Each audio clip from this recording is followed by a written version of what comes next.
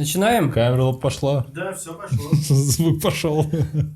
Так, ну что, начинаем наше сток-шоу. Меня зовут Антон, со мной Давид. Давид, привет.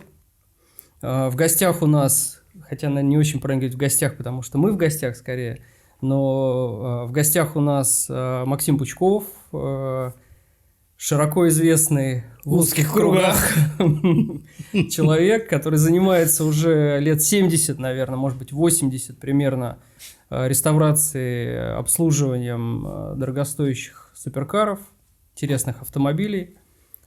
Наверное, еще до появления автомобилей он уже занимался восстановлением, реставрацией автомобилей. Мы находимся в мастерской Max Evolution. Максим, наверное, первый вопрос у меня будет, как вообще появилась у тебя идея создать мастерскую? Ты же не учился, наверное, реставрировать автомобили. Почему ты этим занялся? Ты этим занялся, насколько я понимаю, там, в начале или в середине 90-х. Как это все появилось у тебя и как это прожило сквозь все эти годы и существует сейчас? Расскажи немножко. Спасибо. Всем привет. Ну, исторически началось все с того, что нам негде было обслуживать свои автомобили. Ну, в моем случае это был тоже Porsche и группа каких-то товарищей, сострадальцев по отсутствию сервиса и обслуживания автомобилей Porsche организовал небольшую вот такую тусовочку. Но это было не здесь, это было по другому адресу. Мы создали для себя мастерскую, сняли в аренду какое-то небольшое помещение, наняли механика и обслуживали свои автомобили. Так это пошло. Я до сих пор считаю, что я не профессионал.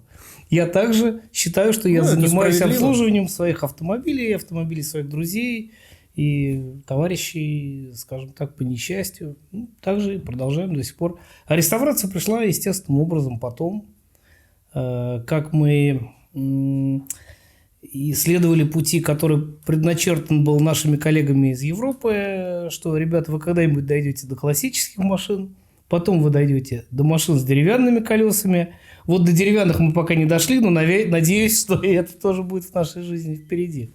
Ну, вот так докатился.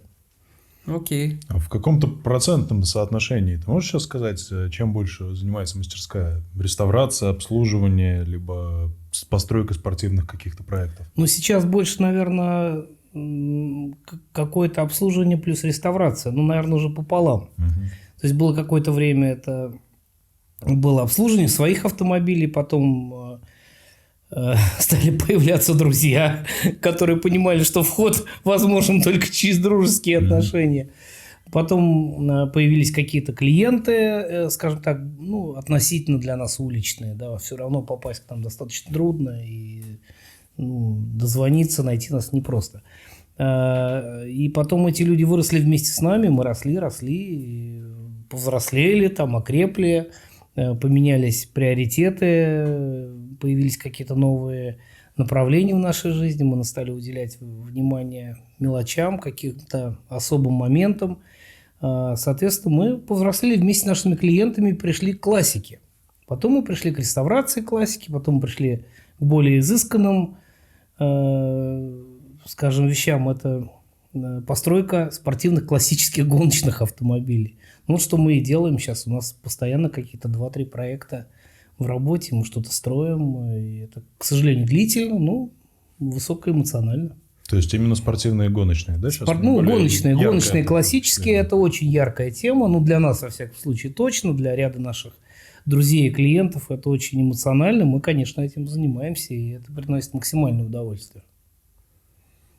Угу. Ну, я думаю, что мы вернемся к спортивным гоночным автомобилям чуть позже. Обязательно об этом поговорим. Я бы хотел поговорить о реставрации машин.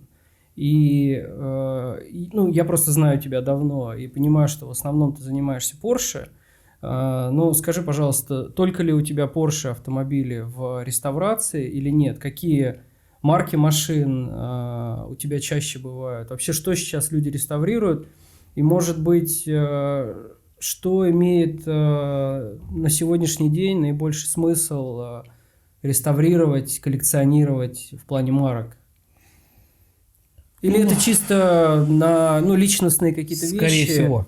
Не зависящие от трендов всего. и так далее. Ну, тут я, Антон, услышал много вопросов, много направлений.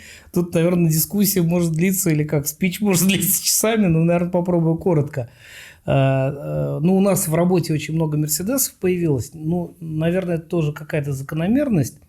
Это тоже высокое инженерное творение, несомненно, однозначно, одно из самых продвинутых.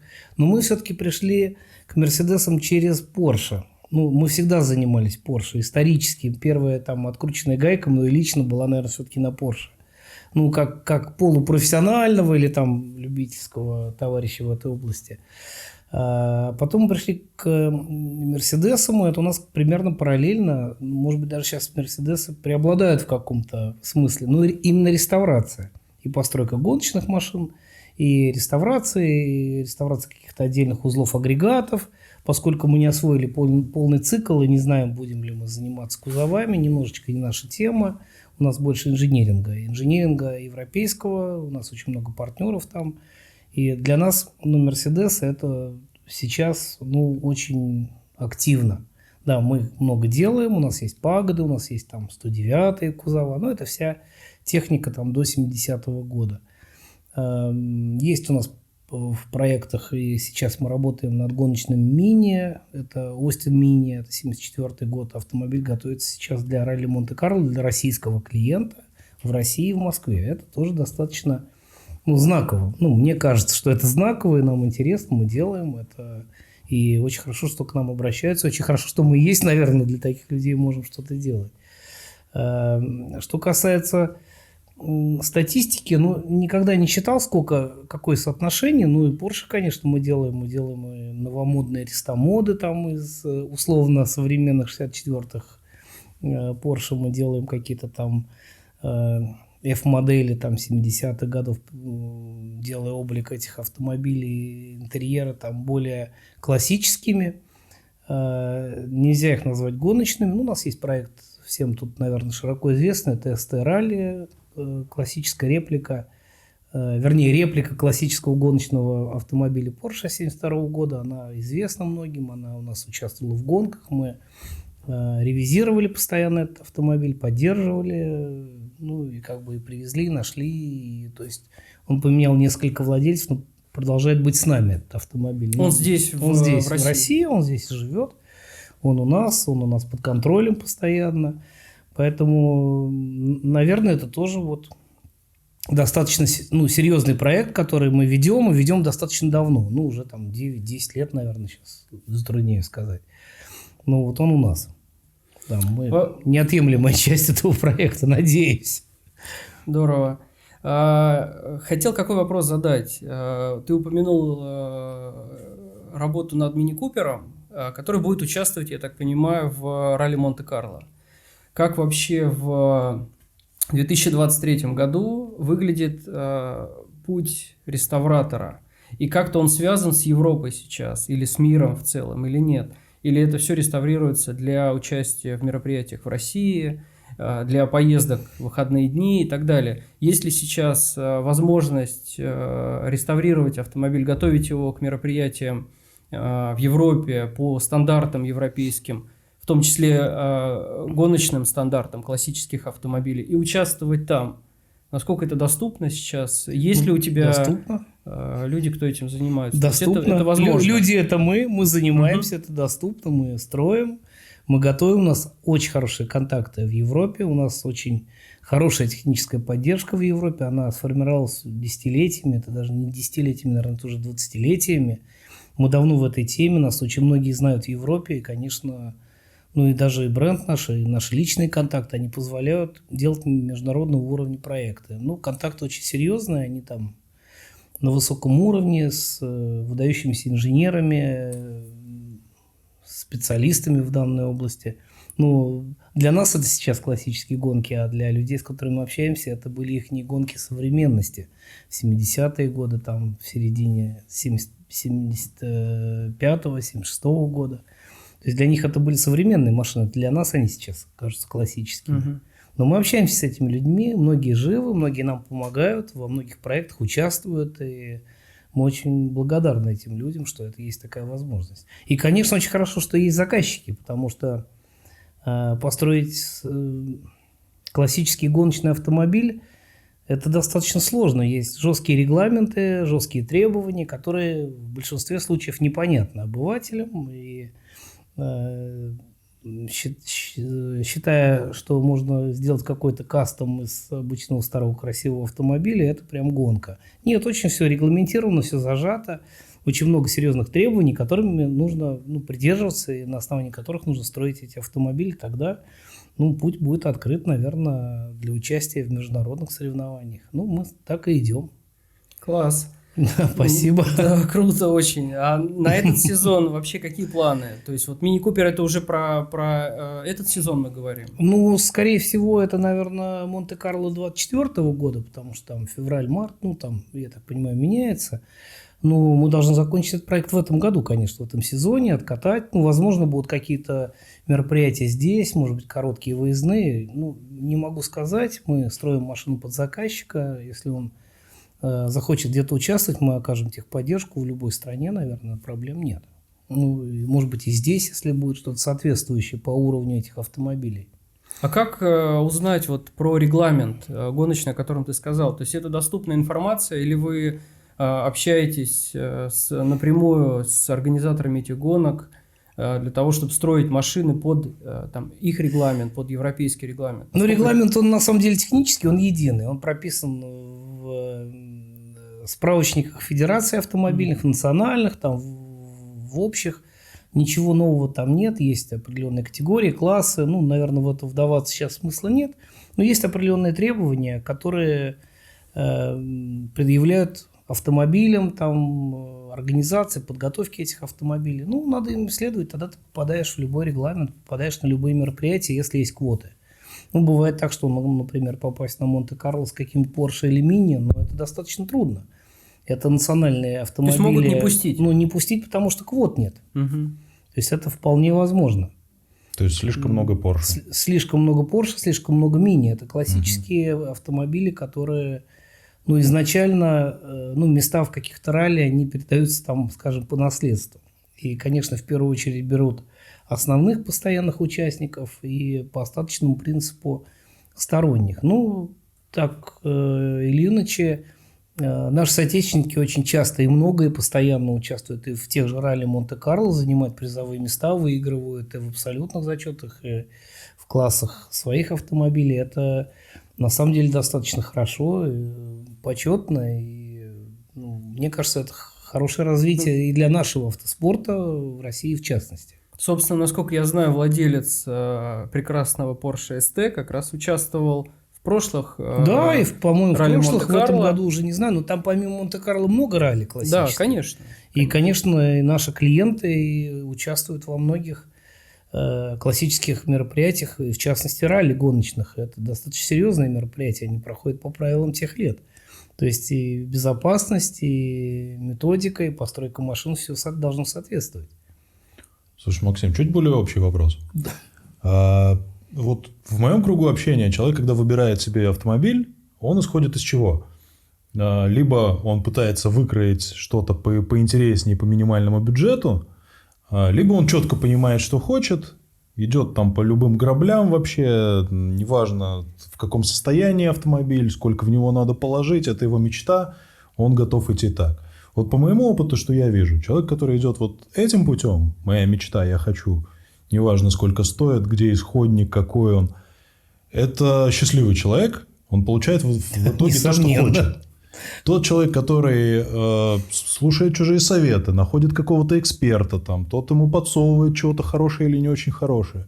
В итоге он всегда остается недовольным результатом. Скажи, в твоем опыте, в твоей мастерской, это правило также работает? Или какие-то бывают исключения? Мне кажется, что здесь двоякая ситуация. Надо, наверное, определиться вначале с терминами, что такое эксперт. Отсюда отталкиваться, да? Смотри, я например, условно не люблю Porsche, да? Мне не нравится Porsche, но ты, реальный эксперт в Porsche, говоришь: Давид, тебе нужен Porsche, именно эта модель. Ты будешь ездить, будешь получать удовольствие, будешь выигрывать гонки. какова вероятность того, что это случится? Ну, наверное, вероятность всегда есть какая-то. Это все-таки социальный твой вопрос опыт. больше, нежели, твой нежели опыт. экспертный. К тебе пришел человек, говорит, я люблю Мерседес, а ты ему говоришь, не, вот. Да. И там статистика твоя же какая-то есть, Спасибо, наверное, что назвали меня экспертом, хотя я не думаю, что я таковым являюсь. Может быть, я, чуть больше знаю, чем другие. Но не факт, опять же, там, ни в коем случае. Мне кажется, двоякая ситуация. Можно же быть счастливым и, скажем, и пребывать в неведении, а можно довериться профессионалу. Но вот вопрос опять в терминологии, что такое профессионал, что такое эксперт, чем он это заслужил, как он это достиг, сколько лет, какие реальные отзывы. Ну, это не все просто так, это, наверное, тяжело. Плюс экспертное мнение здесь, в России, о постройке, например, каких-то или реставрации каких-то классических европейских или там, ну, не российских автомобилей, наверное, это единицы, кто это вообще здесь делал, ну, наверное, по пальцам там 2 рук можно посчитать. И тем более поговорить о том, что кто-то именно правильно это делал, и у которого есть какие-то заслуги, и этих людей знают. Не то, что мы там кого-то знаем, и мы кого-то читаем, а в нашем случае история, например, совершенно другая. Нас знают там, про кого мы говорим. Нас там знают. Это немножко меняет область, и когда про тебя говорят какие-то позитивные или хорошие, там, ну, самое главное в нашем случае неплохие слова, это уже большое достижение. У нас таких людей много. Ну, много наших партнеров, с кем мы работаем, строили какие-то серьезные вещи. Мы же не только вот в России делаем. У нас были какие-то проекты европейские, где мы принимали участие совместно с нашими партнерами и коллегами европейскими в постройке каких-то автомобилей для наших клиентов там, То в есть Европе. вы в России строили автомобили, отправляли их в Европу. И так, и в Европе для наших клиентов. На базах наших партнеров. На базах наших По партнеров. вашему заданию. По нашему заданию, по нашей коммуникации, по нашим контактам. То есть, Серьезный уровень. Ну, делаем, работаем. И гонки у нас там были с участием наших пилотов в европейских чемпионатах классических. Все это мы проходили, все это мы знаем. У нас есть некоторый опыт, мы чуть-чуть там разбираемся. Это в экспертности мы не сомневаемся. Чуть-чуть. В экспертности, Чуть-чуть разбираемся. В экспертности мы не сомневаемся. Ну, учимся, да. Ты однозначно знаешь про Porsche гораздо больше, чем очень многие в этой стране.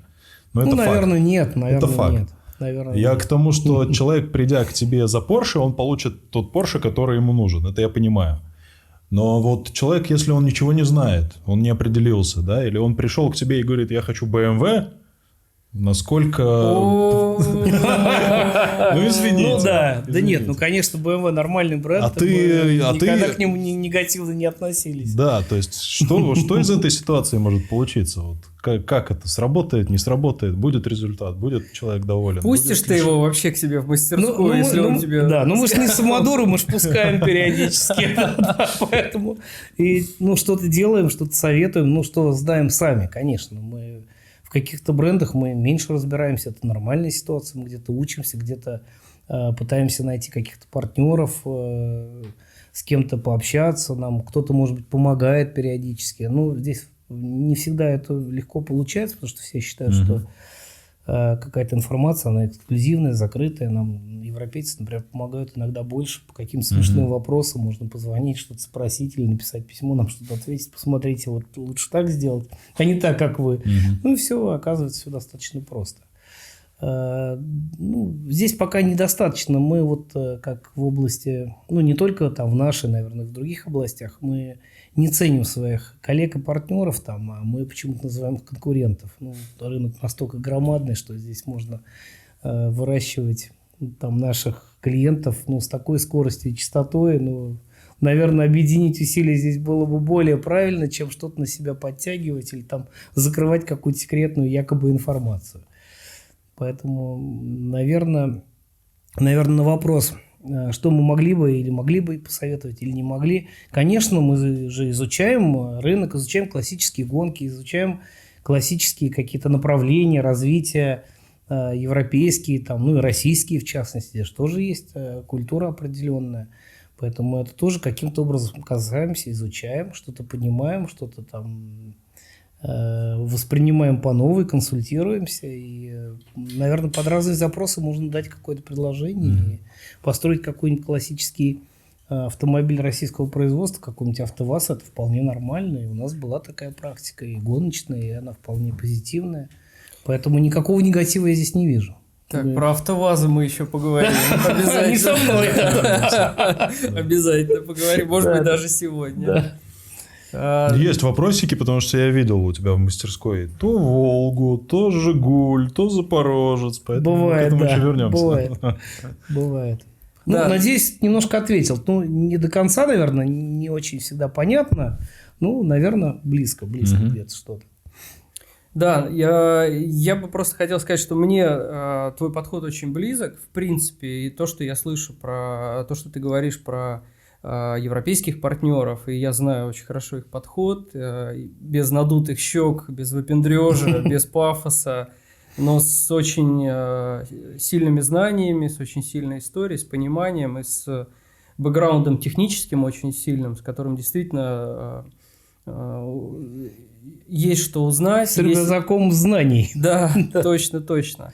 Вот, я предлагаю немножечко отойти от реставрации, пофилософствовать, в принципе, по поводу бренда Porsche и вообще автомобилей Porsche как таковых. Ты сказал, что первые винтики, гаечки, которые ты начал крутить, они были как раз в автомобилях Porsche. Я сам отлично знаю, что ты очень любишь эти автомобили, этот бренд.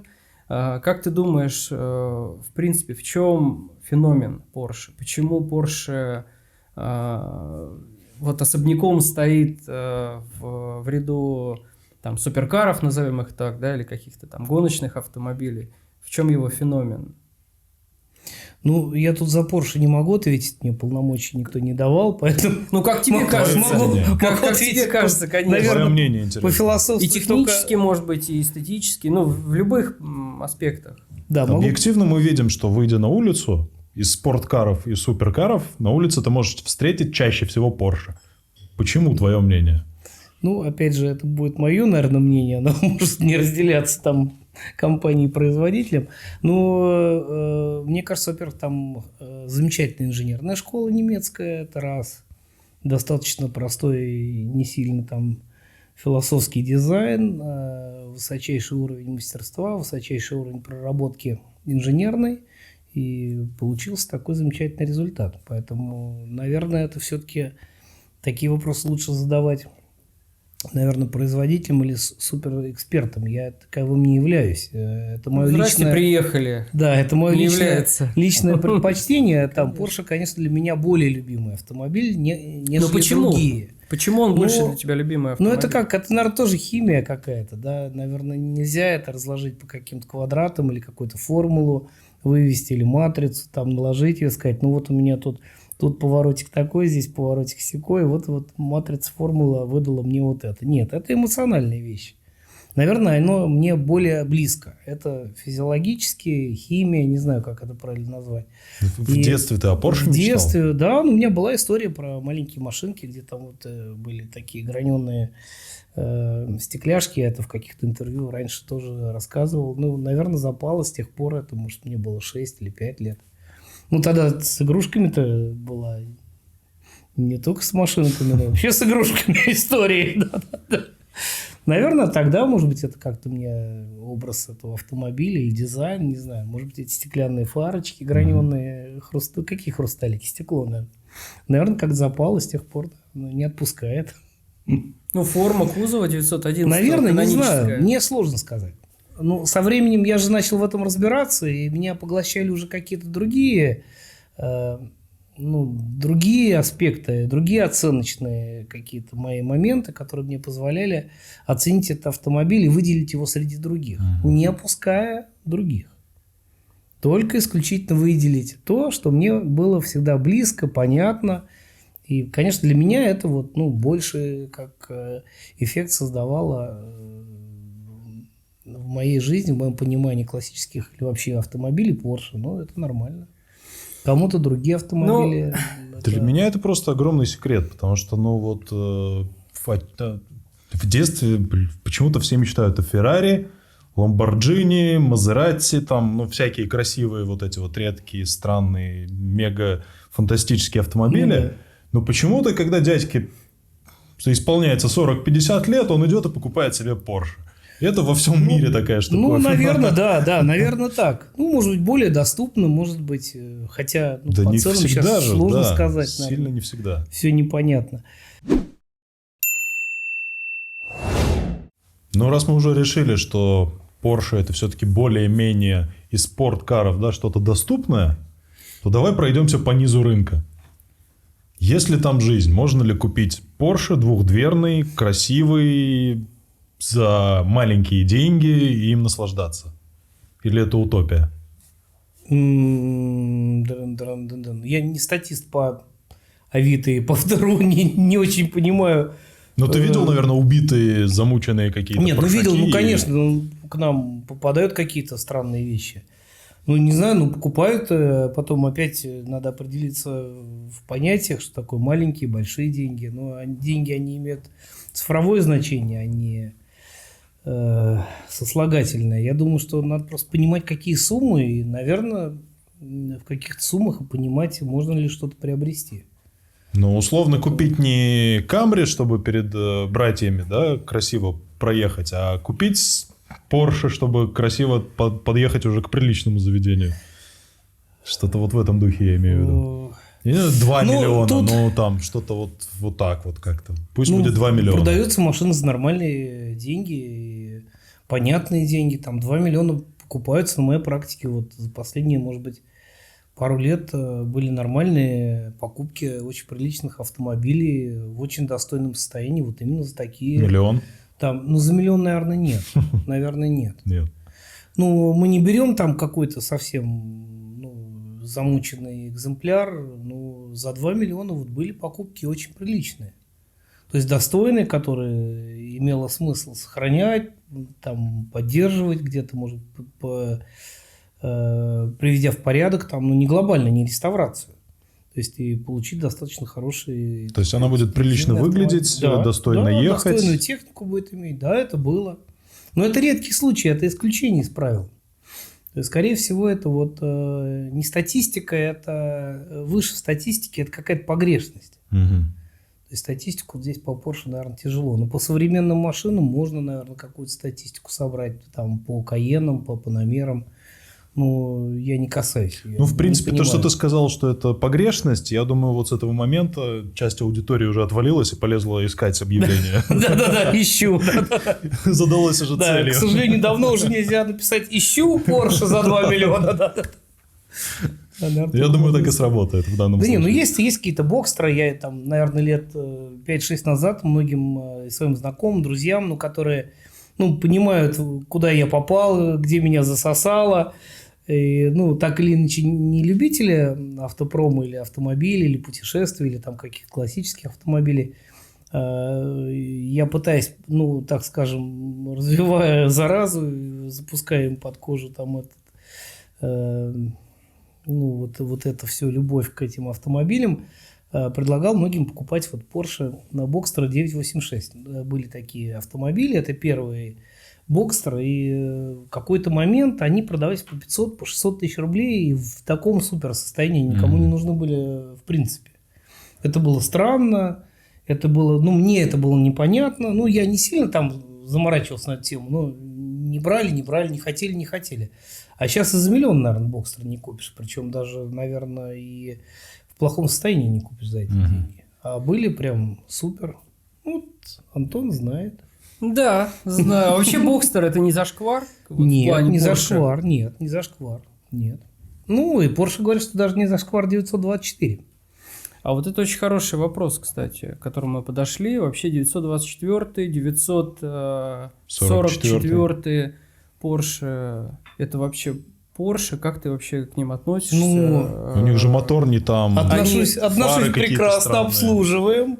Да, в том году мы отреставрировали один Porsche, ну, так, на супер состоянии 944 Turbo S. Это редкая версия. И он тут же поменял владельца за приличные деньги. Он, этот владелец, этот автомобиль теперь с нами тоже. Ну, подожди, это давай... нормальные, серьезные вещи. Там очень большой инженеринг, там много труда, там много концепций современных. И Porsche, по-моему, достаточно нормально к этому относится. Ну, конечно, не афиширует эти вещи активно и не выпячивает их, потому что это не торговая вещь, да, то есть они продавали их много, но машина была не очень дорогая, поэтому она, наверное, сильно не давала Porsche эффекта финансового, потому что технологии и поставщики компонентов использовали те же, они были очень дорогие.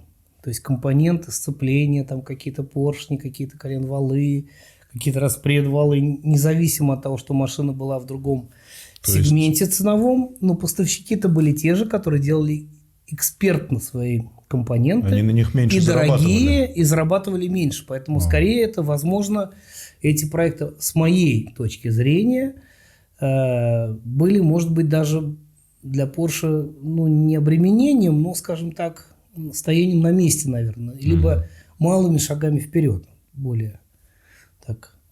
Ну, опять, мое мнение, оно не является каким-то там однозначным, мне так кажется, ну, вот мои какие-то наблюдения.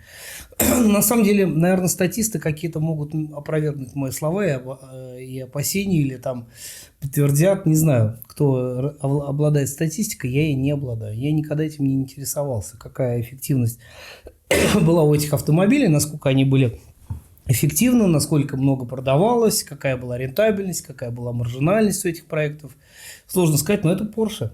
Там бренд-то Porsche. Ну, честно, по ощущениям, 924, ну, для неискушенного человека, который там не испытал его там в поворотах, я не знаю, да, и так далее. Это, ну, просто чуть более цивилизованная девятка. Ну, вот есть такое ощущение. Ну, сложно сказать. У нас был проект, ну, к моему великому сожалению, мы не довели его до конца. Мы строили гоночный Porsche 924, ну, а-ля Монте-Карло, это была реплика. И я скажу, что мы сталкивались с такими серьезными решениями у Porsche, которые до сих пор, в общем-то, не используются в современном автомобилестроении, кузовостроении. Это концепция кузова, там, архитектура кузовная, ну и прочие какие-то элементы. Причем машина делалась достаточно, я так предполагаю, быстро, а решения были очень серьезные. Поэтому я бы сказал, что это серьезный автомобиль. На те годы он там завоевал свою публику, наверное, дал какие-то дивиденды. То есть все-таки эти бюджетные переднемоторные Porsche это тоже Porsche. Ну, Porsche, на них написано Porsche. По сути, по своей. Ну, Cayenne тоже ДНК Porsche, там но... есть Porsche, да? Ну, по-другому не может быть. Отлично. Устраивает ответ. Да, да. Ну, вообще не мешало бы пояснить, почему мы начали об этом говорить, потому что мы все знаем Porsche 911, канонические формы, двигатель вообще за задней осью. Почему я спросил про Boxster, потому что это немножко другая история, это уже среднемоторный, да, наверное? Ну, среднемоторный, конечно. Да, это кабриолет. Да, именно так. Вот, а 924, 944 это переднемоторный автомобиль, который, в принципе, никогда не был характерен и до, и после таких машин не было, ну, кроме там Кайенов, о которых мы сейчас поговорим. Поэтому, собственно, возник вопрос, что это супер странное было время для Porsche тогда создавать эти автомобили. Да, мне кажется, нет. Они, наверное, пытались... Ну, что это, дань моде? Ну, скорее всего, они могли пытаться убрать 911-ю, наверное, с маркетингово завоеванных позиций, возможно, и пытались подсунуть что-то более производительное, продуктивное, предсказуемое в поведении, в управлении. Ну, 911 до сих пор является достаточно сложным автомобилем в управлении, до сих пор и современных, несмотря на своих помощников, там, активных, электронных, даже современный автомобиль достаточно трудно управляем. Ну, нетрадиционно, это уже... не просто даже для подготовленного какого-то пилота там, или водителя. Поэтому 944 и 24 серия, она была все-таки не переднемоторная, она имела компоновку транзаксли. Это разнесенная трансмиссия с двигателем для более ровной развесовки кузова. Поэтому нет, наверное, это было нормально все. Нормально. Ну, окей. Сейчас многие производители делают по такой схеме. Например, AMG GT, Mercedes, всем известные. Там гражданские машины едут бесподобно быстро. И, не хочу ничего сказать, кого они обгоняют, но это очень быстрые машины. Их очень тяжело с ними соперничать всем производителям, в частности Porsche. Это компоновка Транзаксли. Окей. Ты опроверг наши сомнения по поводу переднемоторных Porsche. Все-таки, по твоему мнению, какая самая неудачная модель в истории Porsche? Не Давай-ка знаю. только без дипломатии.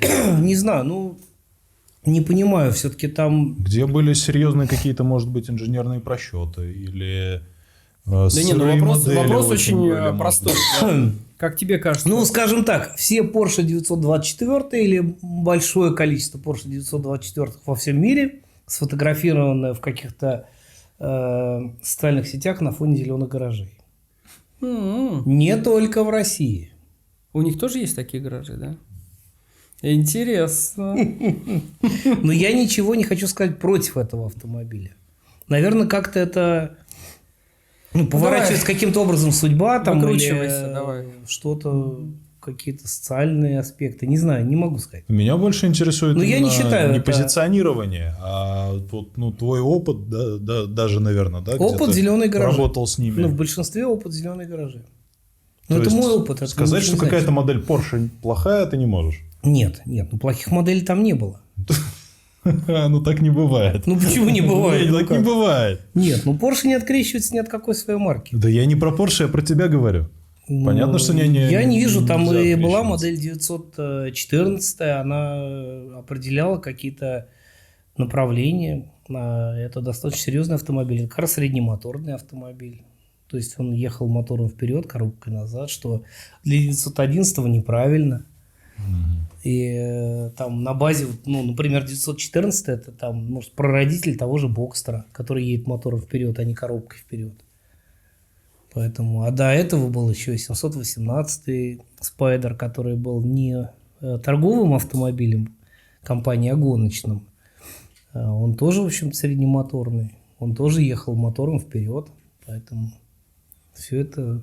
Понятно. Ты слишком сообразно. Преданный. Нет. Марке Я Porsche. также От скажу тебя про ничего не выживет. Я также скажу про любую марку, но это как? Почему должна быть ошибка? Нет, это практика. Это практика, инженерные поиски, это нормально. И если эти машины продавались и до сих пор существуют, значит, это достаточно удачные, успешные проекты. Нам бы такого министра Были. иностранных дел, как ты. Я Дипломатичного. я думаю, наш министр иностранных дел все-таки на другом уровне находится, и пожелаем ему успехов. Была наверное, модель, которая не очень популярна в мире, хотя из-за того, что выпуск этих автомобилей был очень большим, и производство этих автомобилей было, этой модели, была настроена в большинстве случаев на Америку. Это была версия 912, Porsche 912. Это был Porsche 911 с предыдущими агрегатами от 356C. Да, то есть это производство еще могло десятками тысяч поставлять компоненты, двигатели, коробки, тормоза, электрику, все то, что используется в автомобилестроении. Запихивали это все в более продвинутый кузов. Была такая практика у Porsche, и, конечно, они делали это на Америку. И это там 74-й, там 78-й годы, по-моему, если я не ошибаюсь, была эта модель. То есть, по сути, проблема в том, что они могли лучше, но остановились на том, что могли. Это диктовал рынок. Я понял. Это диктовал рынок, и, конечно, самый большой рынок потребления это была Америка, и сейчас она не маленькая, скажем. Конечно, под них делали специальные версии, специальные модели. То есть это как? Нельзя сказать, что это Porsche для нищих, но по сути это очень близко к этому высказыванию. То есть ты имеешь не... Porsche для нищих. Да, не Mercedes 124 с агрегатами 5-литровыми, а наоборот 5-литровый Mercedes с агрегатами 2.0 дизель без турбины. Да. Это вот так. С моей точки зрения, опять же, поэтому, наверное, и опять же нельзя сказать неудачная модель. Наверное, она позволяла продавать, насыщать выручкой компанию и разрабатывать следующие модели. Скорее всего, это также все работало эффективно на компанию. Если это были большие продажи, это было много продано автомобилей, много было сделано вот этих 912-х, они популярны. И сейчас они по цене на самом деле коррелируют со стоимостью первых 911-х. Очень близко, там небольшие разницы. То есть, хотя эта машина там выдающимися характеристиками не обладает. Тяжелый кузов и дореволюционные агрегаты. Межневальные, там, ну, все. До нашей революции? Ну, до нашей, да. Ну, ладно. До французской. Нашей. Ну, Да, давай Наш. тогда с обратной стороны. А самый удачный Porsche, вершина эволюции. По твоему мнению, не надо сейчас ссылаться опять на компанию Нет, Porsche. ну тут точно мое личное мнение. Давай. Но есть же как основное блюдо в ресторане, это Так. 911. А какое всё поколение там? Ну, любое поколение. Любое. Турбо? Ну, любое поколение. Ну, а... Ну, турбо – это вершина в торговом, скажем, ну, в торговой линейке. А как же там Carrera GT, вот это вот все? Ну, это отдельные модели, это отдельные. Так вот я из всех вещи. моделей спрашиваю. Меня интересует Нет, твое ну все-таки мнение. основное блюдо Ты в на ресторане 900? всегда 911, как это фирма, да, это как это бренд, который поддерживает компанию. А некоторые ответвления, там 718 какие-то, я не знаю, 917 спортивные, гоночные, там Carrera GS, там какие-то Carrera RS и прочее, это все-таки Деликатесы. деликатесы, да, это все-таки какие-то там, ну, супер блюда, да, которые отдельно преподносятся. Это, ну, для отдельной публики, для отдельных зон в этом ресторане. Поэтому это отдельная совершенно история. Она не основное блюдо. Это Понятно. точно. И каждый 911 в своем поколении был безупречно хорош. Ну, конечно, хорош. Это было всегда, по-моему. Кошмар, тоска зеленая. Тоска зеленая, да, тоска зеленая. Я, короче, предлагаю перемену блюд в нашем ресторане. Прелестно. Предлагаю поговорить про кроссоверы. В этом же бренде Porsche. Мне, собственно, довелось поездить. Вот последний автомобиль, на котором я ездил, это Porsche Cayenne купе GTS. Красный, наверное, что-то мне подсказывает. Красный, да. Потому что у нас красные машины на столе. Темно-красный, да. Чудесный автомобиль. Мне показалось, что он невероятно там управляется для кроссовера. И вообще доставил у меня очень классное впечатление. Что ты думаешь вообще про Каенны в линейке Porsche? Это Touareg или это все-таки Porsche? Ну или это Touareg там вот с кузовом в дизайне Porsche? Я думаю, что все, что делается компаниями и позволяет им существовать в виде, в каком они существуют, это все позитивно. И Звучит справедливо. да, Звучит тоскливо, я бы тоскливо, сказал. но я все-таки не официальное лицо, но я придерживаюсь похожих мнений. То есть, ну, без таких моделей, без выпуска этих моделей, наверное, не существовал бы бренд. Ну, или в том или ином виде он бы сократился или ужался, усох, там, перепродался, ну, не приведи Господи, вообще остановился. Поэтому это нормальное стремление. Феррари тоже начал делать джипы. Стоит отметить, что Porsche среди спорт-брендов оказался опять-таки первым. Не, ну BMW, Насколько по-моему, я помню. X5. Ну, это Он не не спорт сказать, бренд, что да, спорт это не прям, спорт, да. а вот из спортивных брендов. Ну, конечно. Porsche Ну, первая. их база позволяла, инженерный центр это позволял, конгломерация семейная с Volkswagen и с Audi, это все-таки все равно выдающиеся бренды, и высокоинженерные, продвинутые, позволяли создать нечто особенное и ультрасовременное на тот момент. Ну, что, собственно, и сейчас происходит. То есть, те же компоненты, те же узлы подвески, те же двигатели, там, ну, модернизированные, те же конфигурации, там нового ничего нет. Ну, по сути, тут уже углубляться смысла нет. Максим первой же своей репликой ответил. Да, вообще вопрос. лучшего амбассадора для компании Porsche сложно найти. Ну, нет, наоборот, мы, как всегда, в оппозиции были. Ну, вернее, я лично даже. Поэтому ничего Ну, а страшного. есть вариант, что какие-то из... Ну, ты же наверняка работал тоже с Каенами, с теми же самыми. Ну, конечно, у нас они есть, как на Что обслуживание, какой-то на из апгрейдах. Каенов когда-нибудь на каком-нибудь аукционе уйдет за десятки, сотни тысяч долларов. Да, там. вообще он станет классикой, как ты думаешь? Потенциал есть какой-то? Ну, наверное, сомневаюсь. Это все-таки обычный автомобиль. Он сделан для... Ну, это маркетинговый продукт, надо понимать. Он должен подстегивать производство, подстегивать партнеров производства основного, коллег, там, ну, всю цепочку для поддержания цепочки.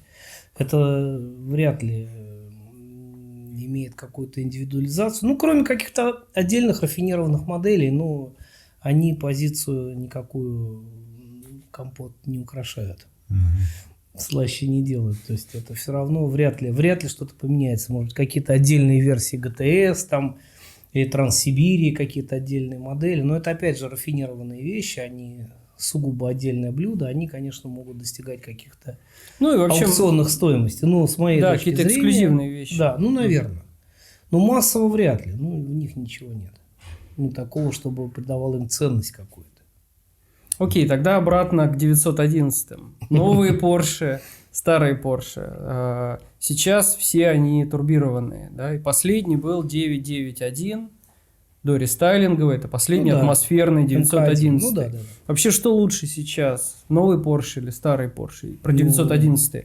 Должен быть он атмосферным все-таки. Это потеря. Ну, вот эта погоня за экологией и так далее. Ну, вот и только ответ, честно, давай. Вот и ответ прозвучал, дипломатии. да. И ответ, ну, как, мы же не можем существовать в своих мыслях независимо от правил, законов социума, в котором пребываем.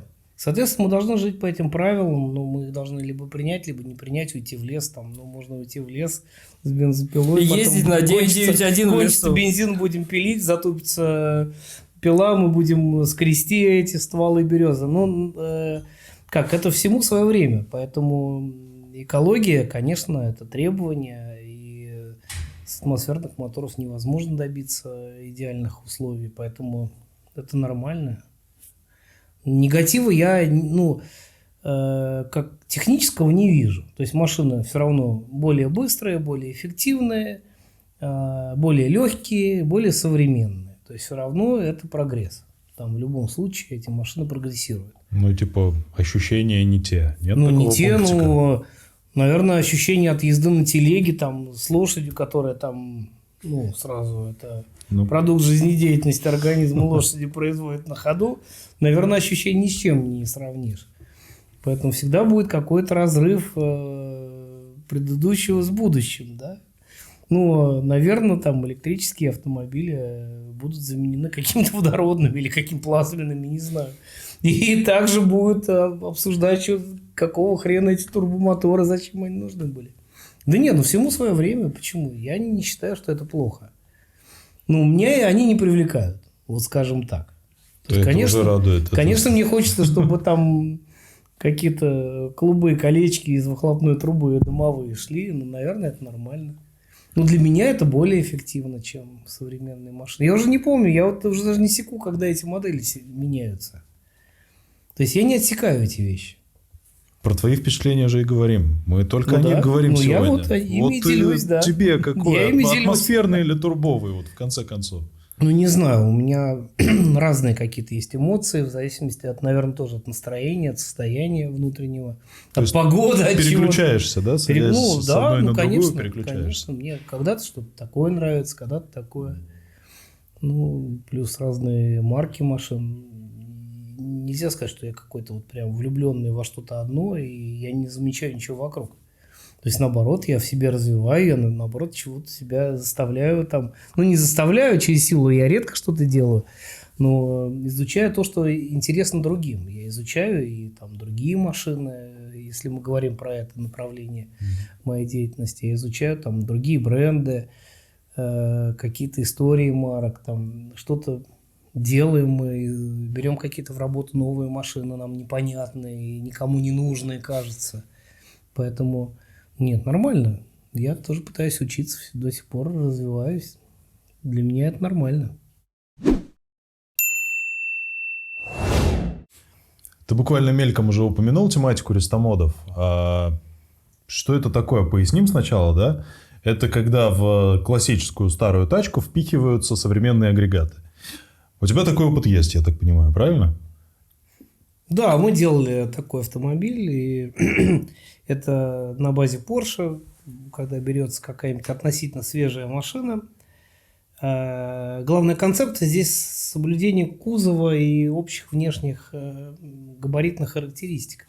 Поэтому берется, как правило, 964 кузов, и из него делается там F-модель 70-го года с элементами хрома, узкими тонкими бамперами, ну, какими-то элементами винтажа. Ну, это достаточно популярно. Вы получаете машину достаточно современную с гидроусилителем, с кондиционером, более-менее комфортной коробкой передач и внешне винтажным дизайном. И это, конечно, достаточно модно там, или современно, индивидуально, поскольку проект с нуля строится, там можно всегда добавлять какие-то свои видения там, или что-то индивидуальное, чтобы не повторилось никогда больше в жизни ни у кого. Достаточно активная тема, там вот тот же Зингер это делает, и Европа там очень активно делает такие автомобили, какие-то ателье, какие-то компании, поэтому это модно, и мы тоже тут что-то сделали. Исходя из этого, я заведомо понимаю, что ты к этому относишься положительно. Положительно, Хотел конечно. бы ли ты себе, может быть, какой-то рестомод собрать, построить? Или тебе все-таки ближе, вот оно такое было, оно такое и должно оставаться? Тут, наверное, сложно сказать, потому что я здесь как бармен за барной стойкой, я все-таки разливаю, я не пользователь.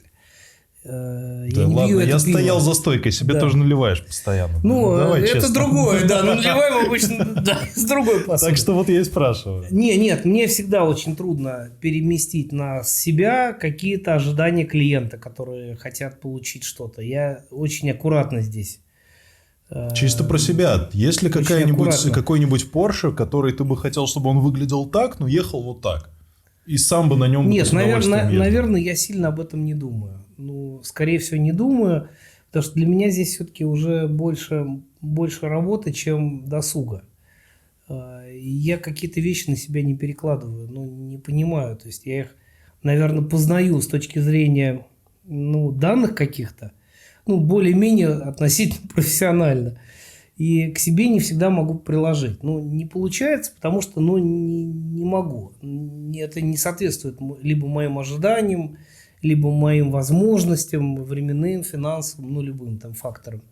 Скорее всего, у меня, наверное, нету какого-то ожидания какого-то космического автомобиля, я не мечтаю о них. То есть у тебя Porsche в чистом виде? Каждая модель в чистом виде для тебя хороша? Хороша, да, хороша. У меня в разные годы были какие-то разные модели, там, и я не то, что там... для меня это нормальная ситуация, я не стремился никогда, у меня...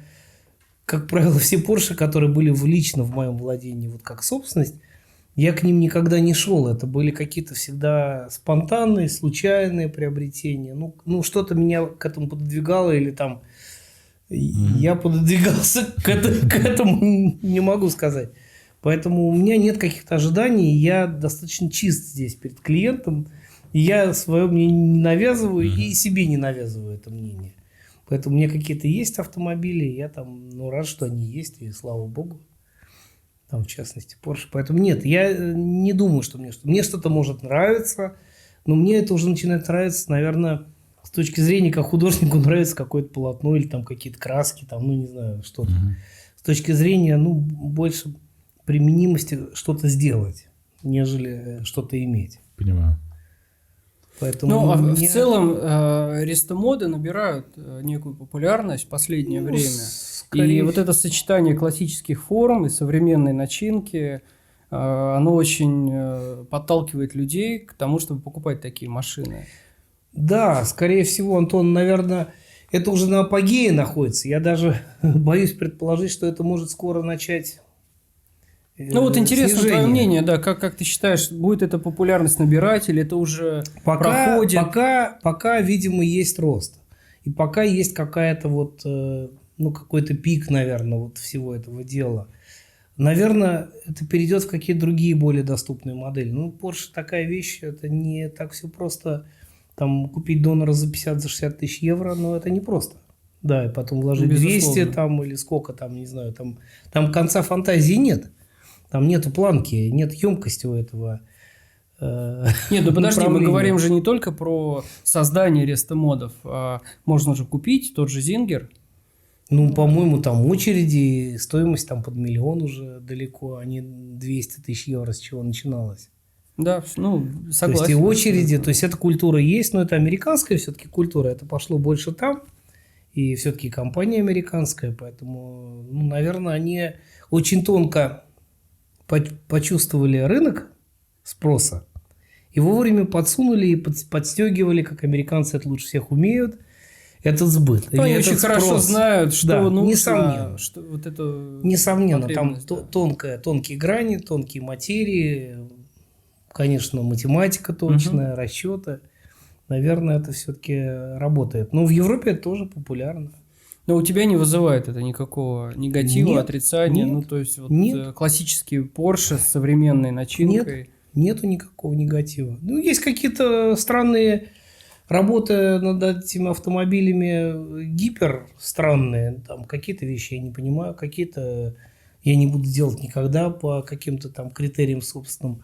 Но ведь Рестомод – это серьезный проект. То есть это много поставщиков, много серьезной технической работы, много серьезной дизайнерской работы, интерьерной, экстерьерной. То есть это всеобъемлющая работа над автомобилем в целом. И это, ну, большое счастье, если ты к этому прикоснулся. Ну, то есть ты тут становишься в какой-то момент на уровень с автопроизводителем, по сути. Нет, не приведи Господи, кто Нет, мы ну и ты кто автопроизводители. Ты начинаешь Нет. совмещать, подбирать, ну, понятно. Ну, что... это творчество или как Да, это правильно, да. там сложная работа, она Ну, да. техническая, она Нестандартная, интересная. Она очень интересная, она нестандартная. нестандартная, да. Да. И, ну, это интересно, потому что... Я бы за счастье, если бы АвтоВАЗ на таком уровне занимался производством Ну, автомобилей, меня бы устраивало Сейчас это максимально. и есть, и я могу рассказать потом в дальнейшем, если будут вопросы. Нет, это в каждом, наверное, производителе есть какая-то тенденция к вот модернизированию или, наоборот, к возврату в старое, в дизайн, да, потому что, ну, дизайн, он, наверное, идет по кругу, сейчас, наверное, тот круг, который никому не интересен, ну, вот. И поэтому старые формы более правильно, какие-то округлые или аэродинамические формы, наверное, более близки к какому-то срезу людей. И они, наверное, идут к этому современными технологиями, облегчают управление этими автомобилями. Поэтому, наверное, это нормально. Это нормально. Ну, окей, ты вот хорошо знаешь, насколько я понимаю, ты хорошо знаешь там своих клиентов и рынок современный, реставрации автомобилей, да, текущие. Как ты думаешь, что сейчас лучше, покупать рестомод, то есть автомобиль с классическими формами, с современной начинкой, или покупать классические автомобили, реставрировать его, восстанавливать здесь? Что имеет большую ценность для, ну, инвестиций, скажем так? Ну, для инвестиций всегда лучше была классика. Ничего нового не я, наверное, не любой. То есть классика, она всегда специалист. более лимитирована, Ну, конечно. более востребована. Ну и классика, она не может возрождаться, в отличие от новодельности, рестомодов и прочего. Классика, она существует в том количестве, в котором существует. И любой автомобиль сохраненный, он больше будет цениться всегда, чем реставрированный. Это закон. Поэтому тут, наверное, очевидно. Ну, я соглашусь. Ну, для меня полностью, очевидно, да. для меня. Я очень люблю больше классические Для машины. меня. Но это не значит, что не должно существовать каких-то параллельных проектов, вот тех же рестомодов, это не исключает. Провокационный вопрос. Приезжает к тебе не твой друг, просто с улицы, там, молодой блогер, Если классный. смог прорваться. Да. Привозит тебе классический Porsche, там любой классной, крутой модели, и говорит, я хочу, чтобы этот Porsche стал электрическим. Ну, тоже Ты хорошая сделаешь? тема. Да, и Да? у нас были какие-то разработки, ну, скажем, не разработки, а подбор концепций и компонентов. Ну, почему-то так случилось, что мы ни одного электроавтомобиля до сих пор не сделали. Хотя сейчас в этом нет вообще никаких сложностей. То есть, если это еще там 3-4 года назад было трудно, то сейчас на eBay или там где-то на Алиэкспрессе можно заказать комплект и привинтил. И поэтому с каждым днем интерес к этому падает, и в частности у меня. Мгм. То есть, ну, мне кажется, как все ультрасовременное имеет очень короткую жизнь. Поэтому, скорее всего, ну, будут вопросы, мы наверняка сможем То сделать. есть электрорестомат Наверняка имеет место быть, Конечно, ты к этому имеет. относишься нормально, если Конечно. что, сам готов тоже Конечно, сделать имеет. такой проект. Конечно, имеет, и наработки какие-то есть, но тут сейчас действительно это все достаточно просто делается. Мгм. Причем были попытки, насколько я помню, в Америке последние годы делать и мустанги электрические в классических Ну, кузовах. компании делают и это. паршаки. Это уже системно делают компании. Да, это уже не попытки, это уже, в принципе, индустрия системные. готовая. Ну, какой-то массовости это не и грузовики приобрело, насколько делают, я понимаю. которые коммерческие, тоже делают на электротяге. И это уже, ну как, условно серийно. Ну, Ну, так, я- как бы серийно для Остается мастерских. смириться. Да, для мастерских. Я больше про классику, конечно, говорю. Понятно, что утилитарные грузовики электрические, вообще вот эти все технологии, они, конечно, там движутся. Ну, конечно, на многих выставках и современных, и классических присутствуют эти проекты, несомненные. Вот в Эссене на техноклассике присутствовали и Пагода, и еще какие-то электроавтомобили. Это нормально, это уже обычное явление. То есть в этом нет никакого супер эксклюзива. Это уже просто делается, действительно просто. Ну, условно, да, мы понимаем, про что речь. Там, Ну, конечно. но это собирается из наборов. Да, батарейки, проводочки, и какие-то коммутаторы. Там, ну, больших проблем там нет. Ну, а что ты думаешь про Теслу в целом? Вообще, то феномен какой-то? Или это... Ну, конечно, тут времени феномен, конечно. Но конечно, это феномен. маркетинг или это наука? Что это? Ну, у меня В нет какую сторону какого-то это своего принятого решения для меня, что это такое. Ну, есть и есть. Я к этому очень спокойно не оцениваю, не пытался оценивать. Но есть и есть. Для меня это так. Наверное, это неплохо, это хорошо, это прорыв. Там, несомненно, я это понимаю. Космос, там, туда-сюда, поехали, электричество, батарейки от карманного фонарика. Не, нормально, это нормально. Но я в этом не видел тогда ничего эксклюзивного и сейчас. То есть это нормальное развитие технологий, нормальное обычное развитие прогресса. Ну, для меня, мне кажется, это нормально. Но массами все-таки Тесла воспринимается как некий прорыв, так что получается, что тогда это Ну, больше, прорыв? Ну, больше продукт маркетинга. ну, скорее всего, наверное. Но все Логически к этому мы пришли, Да. но почему-то Тесла заявила о себе громче всех. равно. Ну, Первые... Либо это рискнули. очень утилитарные вещи, мы же пытаемся затронуть какие-то эмоциональные штуки. Не, ну Тесла это эмоциональная штука все равно. Вот В любом я так не случае. считаю. Мне кажется, это прям исключительно утилитарная Ну, вещь. Это сейчас, автомобиль, вот как для такого среднестатистического американца. Ну, прикол. Прикол современно, модно, стильно, Ну, для молодежно. человека, который впервые оказался в Тесле, это неоднократно я слышал, ну и такие неярые автомобилисты, естественно, это всегда самые яркие впечатления, это тишина Да, и скорость разгона. Ну, то есть это с точки зрения петролхеда, это вообще не петролхедское все, потому что там ну, нет запах петрол нет. в корне вообще. Вони-то нету. Да, нет конечно, Вот. ничего нет. Нету эмоций, да. Ну, Вот, но для человека, который далек от того, чем болеем мы, да, связанного с бензином, железками, Ну да. механизмами сложными, Ну да. вот этими вот, это все равно, ну, некое яркое впечатление. С этим Ну, мы же не поспоришь. можем отрицать Вселенную вокруг нас находящуюся. Но она есть и есть, все хорошо. Для меня это не больше того, что оно есть, вокруг меня окружает, это существует, ездит, это нормально. Вызывает эмоции? Ну, сложно сказать. Больше нет, чем да. Ну, наверное, какие-то визуальные, когда видишь, но это какой-то всплеск. Но не больше того, что у меня нет ожиданий. Того, у Но меня все больше и нету- больше это в рутину скатывается. Да, ну изначально для меня было. Я на первой Тесле проехался в Германии, там у дилера в Дюссельдорфе. Это были какие-то секретные машины. Наверное, какой-то 15-й год, не помню, какой-то. 14-й, наверное. Родстер. Что-то. Да? Нет, Родстер нет, еще был. на Tesla S.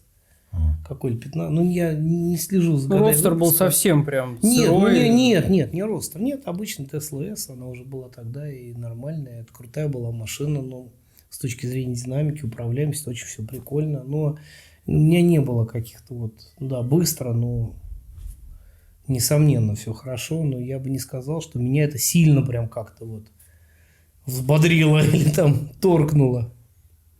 Автоспортом интересуешься? Ну, издали на картинках. Издали. Ну, тогда, наверное, вопрос про электроформулу не очень актуален, да? Ну, она, по-моему, не актуальна ни для кого. Это Ну, электроформула. по сути, да, никто не смотрит. Никого не интересует. Я никогда не слышал, чтобы кто-то про это говорил что-то. Ну, Да, по факту, да. вот ответ. Ну а почему это не так интересно? Скорости там высокие. Вот что не цепляет? Звук мотора нету. Вот, да, видимо, эмоций не хватает. Я не знаю. Да Вот нет, чем-то там не тоже, цепляет. там тоже есть борьба, там тоже сражаются гонщики. Правда? Но почему-то никто не смотрит. Вот. Ну вот интересно. Никто На не, самом не деле, делает ставки на гонщиков из электроформулы, что они придут в Формулу-1 или в Наскар. Там. Никто просто не знает, Ну, что может, там они не происходит. знают, никому как она ничего не надо. заводится просто. Тут сложно все. Нет, я не знаю. Для меня электротранспорт, он для меня не очень понятен, потому что я в Советском Союзе видел электрокары, которые на заводах возили какие-то... Палеты. всегда возили какие-то палеты и грузы. Но это не считалось никаким эксклюзивом. То есть электрокары всегда заработали вот на всех серьезных предприятиях. Они что-то перевозили, у них стояли какие-то аккумуляторы. Для меня это, и тогда не было удивительно, а сейчас тем более.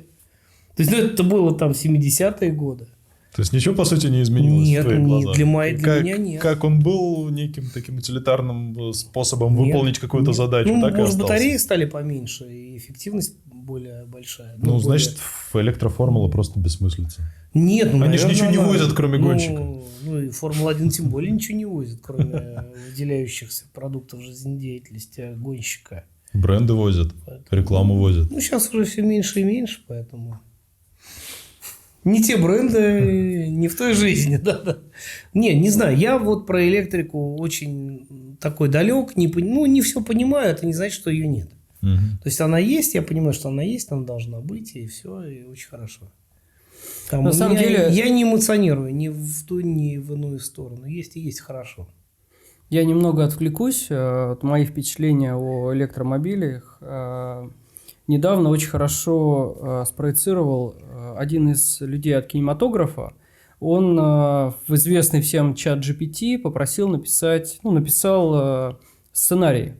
Короткой зарисовки какой-то. Для искусственного интеллекта, чтобы он что-то там выдал. Да, то есть он написал, вот напиши мне сценарий короткого ролика на 20 минут. Это известный блогер американский. И он действительно написал в его же стилистике. То есть, поскольку он известный, то ChatGPT, естественно, его нашел в интернете, по сетям, и сделал ролик. И этот блогер, он отснял ролик прям четко по написанному ChatGPT сценарию, не отходя ни на шаг. Получилось в его стилистике, но абсолютно бездушно, без эмоций, которые он обычно закладывает в свои видео. И мне кажется, это очень хорошая параллель с электромобилями. То есть на бумаге по цифрам действительно очень классные показатели, разгон сумасшедший, динамика, фантастическая, понятно, с самого начала. Сейчас батареи уже достигают определенных пробегов, когда это в принципе комфортно. Да? Есть гибриды, и двигатель может выступать как генератор, и это вполне уже можно использовать даже в нашей инфраструктуре, где не очень много зарядных станций и так далее. Но эмоциональной составляющей, которая все равно важна человеку, когда он управляет автомобилем, как мне кажется, с моей точки зрения, ее нету. И это решающий фактор. Вот здесь. Почему Формула-1, как мне кажется, электрическая, да, формула, как она называется? Формула Е, да. Почему она не так цепляет всех? Потому что нету человеческого фактора. Нету запаха вони. Да, нету того, к Эмоций. чему мы с точки зрения истории, а мы очень привязаны всегда к истории. Вот этого не хватает. И мне кажется, это не дает этого развития. А утилитарно, возвращаясь, мое впечатление о Тесле и вообще электромобилях, сейчас мы придем к китайским электромобилям, да, еще тоже поговорим, интересная тема. Очень утилитарные вещи, да, можно доехать, да, можно даже у нас в России поездить, умельцы там и на Теслах ездили чуть ли не из Америки там в Сибирь, потому что, да, ну, то есть, если упереться, то можно, но это не об удовольствиях и так далее, то есть, это вот некий такой, я не знаю, что там у нас, крузаки, вот такие очень утилитарные вещи, которые, да, не ломаются, да, там, ими можно пользоваться ежедневно, они тебя не подведут, но абсолютно безэмоционально, абсолютно неинтересно. Для многих наверняка тоже доступно, и понятно, что не нужна вот эта эмоциональная составляющая. Но мне кажется, в электротехнологиях, в электротранспорте и в гонках электроавтомобилей как раз-таки отсутствие эмоций является решающим фактором, потому что почему это не получает развития. Ну, это такое сугубо мое нормальное мнение. ставочка да, такая.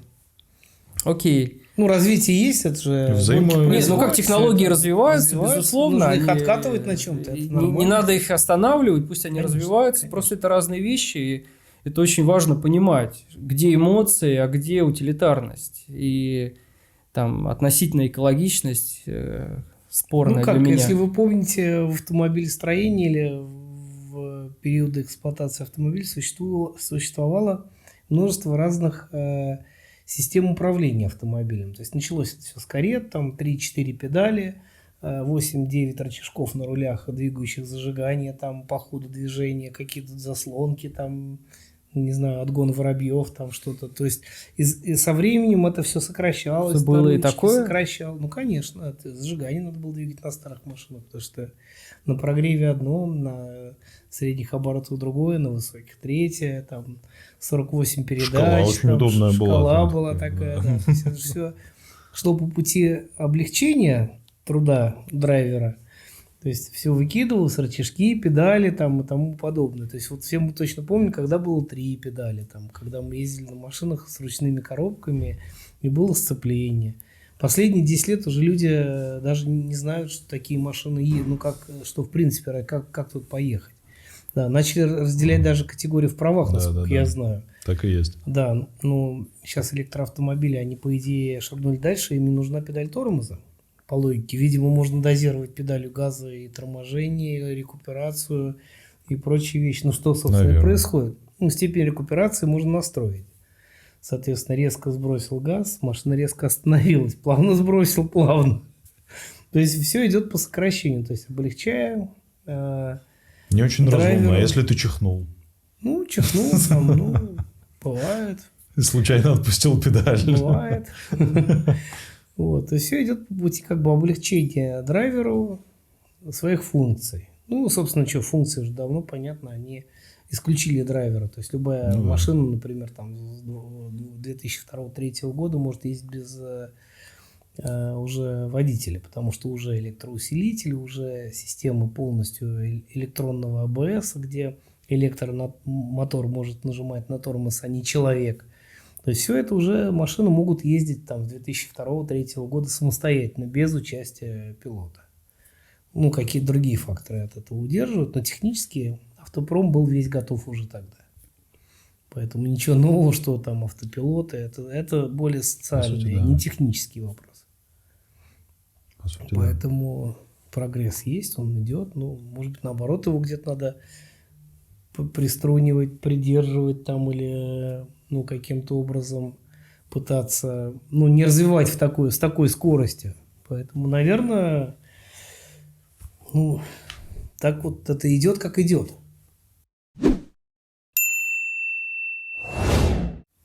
Максим, в разрезе всего вот этого вот классического мирового автомобилестроения, индустрии и так далее, каково место в классике вообще, в мировом понятии этого слова, советских автомобилей? Имеет ли она там свое место какое-то? Или это просто аппендицит какой-то? Нет, конечно, аппендицит, но имеет свою историю. А как? Гонки всю жизнь были в России. И были гонки исторические. Ну, я пока про серийные автомобили. Серийные Роллс-Ройсы ездили там в 2014-2013 году по территории России. Как? И это были гонки, были соревнования. И очень даже серьезные, на юг Франции ездили, и соревновались, и выигрывали что-то даже русские пилоты на Роллс-Ройсах. Ну, это нормально. Поэтому потом история поменялась, там и на «Жигулях» были какие-то достижения серьезные, и на «Москвичах», и выигрывались какие-то ралли, в частности, «Тысяча озер» там с Михаилом Девелем, между прочим. Нет, это были светлые моменты, это нормально, и история имела свои какие-то результаты, это нормально. Но у нас были эти машины, поэтому они были доступны нам, и над ними работали инженеры, гонщики, пилоты, механики. Это тоже нормальная часть истории, ничего в этом плохого нет. Ну, то есть советский автопром ты больше рассматриваешь с точки зрения того, что он может показать в спорте. Ну, советский автопром, он изначально все-таки не проектировался как автомобили для какого-то хобби там или какого-то развития, там, эмоций, да, ну, максимум, что люди могли на этих автомобилях до Крыма доехать, да, но это тоже было серьезное приключение. То есть это как ралли-марафон без заправок, топлива с собой, там прогоревший клапан, это вообще там целая история. Ну, даже я помню, когда меня родители возили, когда мне было там 6-7 лет, мы ездили в Крым тоже на каких-то «Жигулях», какие-то приключения. Это на самом деле... Ремонт в поле. Ремонт в поле, отсутствие топлива по всей трассе. То есть это действительно сейчас это, ну, просто уму непостижимые вещи. Поэтому это уже было ралли, да, это уже было путешествие там с приключениями, которые неизвестно чем закончатся. Поэтому ни эвакуаторов, ни сервисов тогда не было. Но были какие-то мастерские или там автосервис официальный один, на который надо записаться за 2 года, а ты в дороге. Ну, там понятно, наверное, как это решалось, но... То есть это были приключения. Ну и, конечно, из этого автопрома вырастала какая-то культура, был картинг, были кузовные чемпионаты, этого тоже нельзя обойти вниманием. Был спорт, он был своеобразный, он был российский или советский, там, он был все равно на том уровне, на каком был. Поскольку наши пилоты и машины принимали мало участия в международных соревнованиях, принимали, но в основном это были кубки восточных стран. Там, лучше, если это была какая-нибудь Финляндия, туда наши ездили.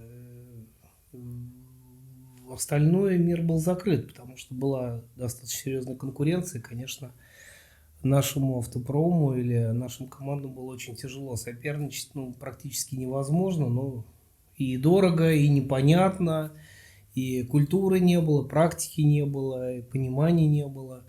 Конечно, наверное, из-за этого у нас был локальный автоспорт, скажем так, который создавался и культивировался внутри нашего государства из того, что давало нам возможность или тот социальный строй, который был. Поэтому в любом случае люди, которые занимались автоспортом, строили что-то, это все равно выдающиеся личности, потому что они, вопреки сложной ситуации, что-то производили, что-то делали, соревновались, участвовали в гонках. Это нормально вполне.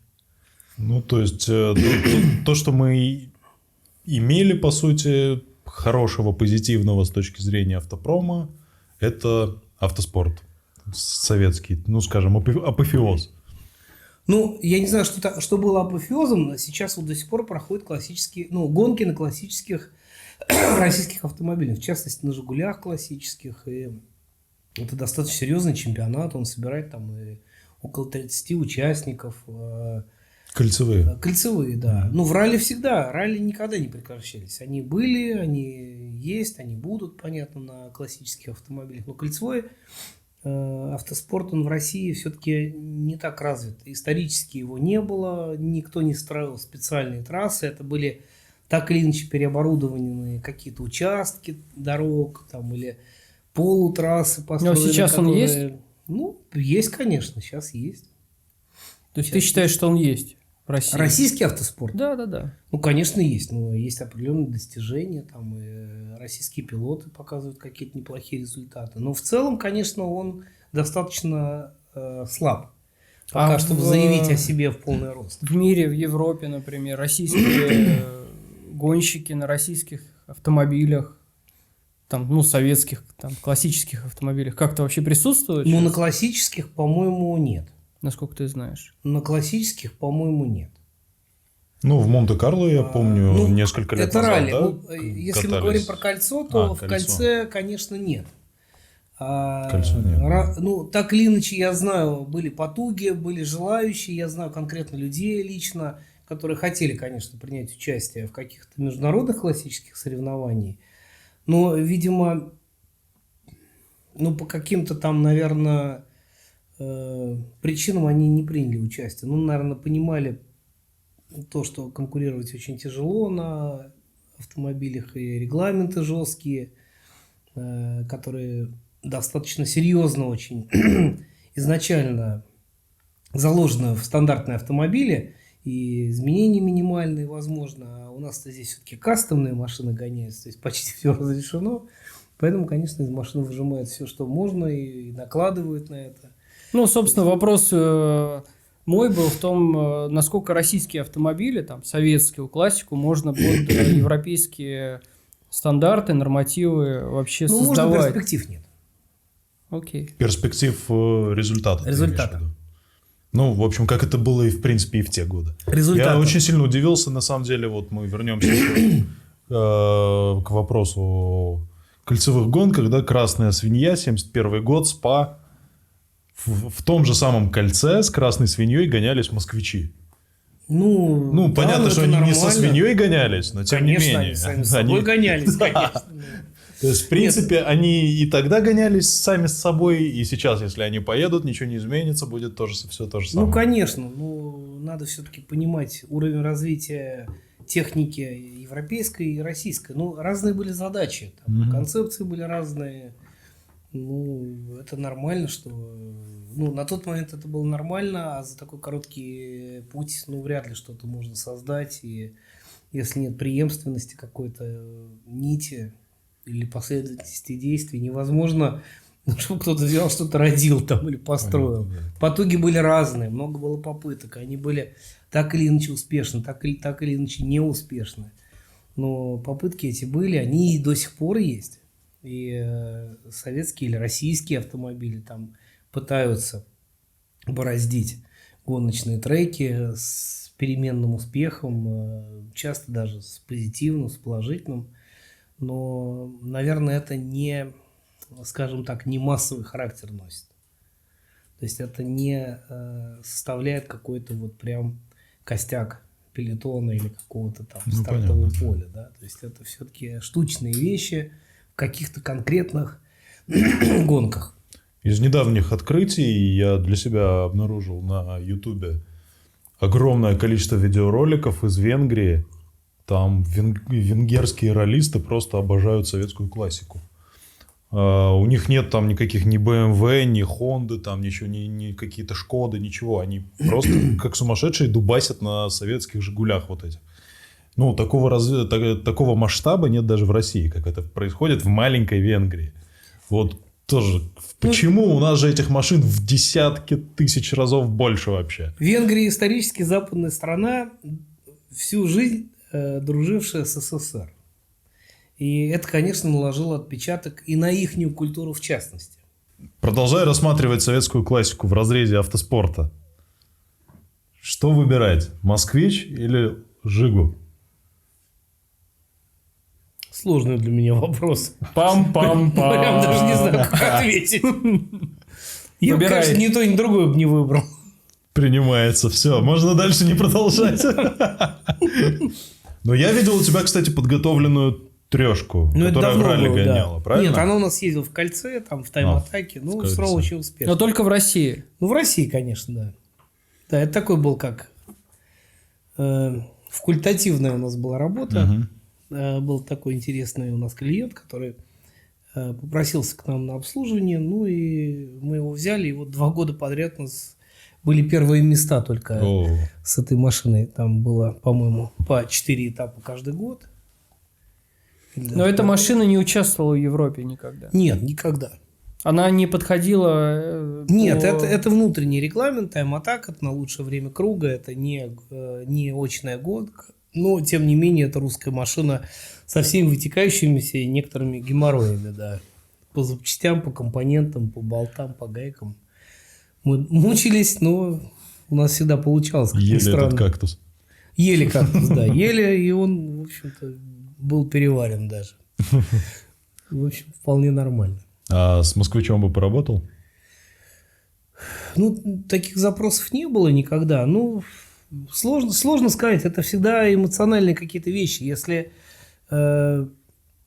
какой-то желающий захочет, и он убедит в этом нашу команду, наверное, мы будем это делать. Но для нас это уже некоторый бизнес. И, разумеется. Да, и, конечно, наверное, если мы сможем, и у нас будет понимание с клиентом или с заказчиком, наверное, мы сможем что-то сделать.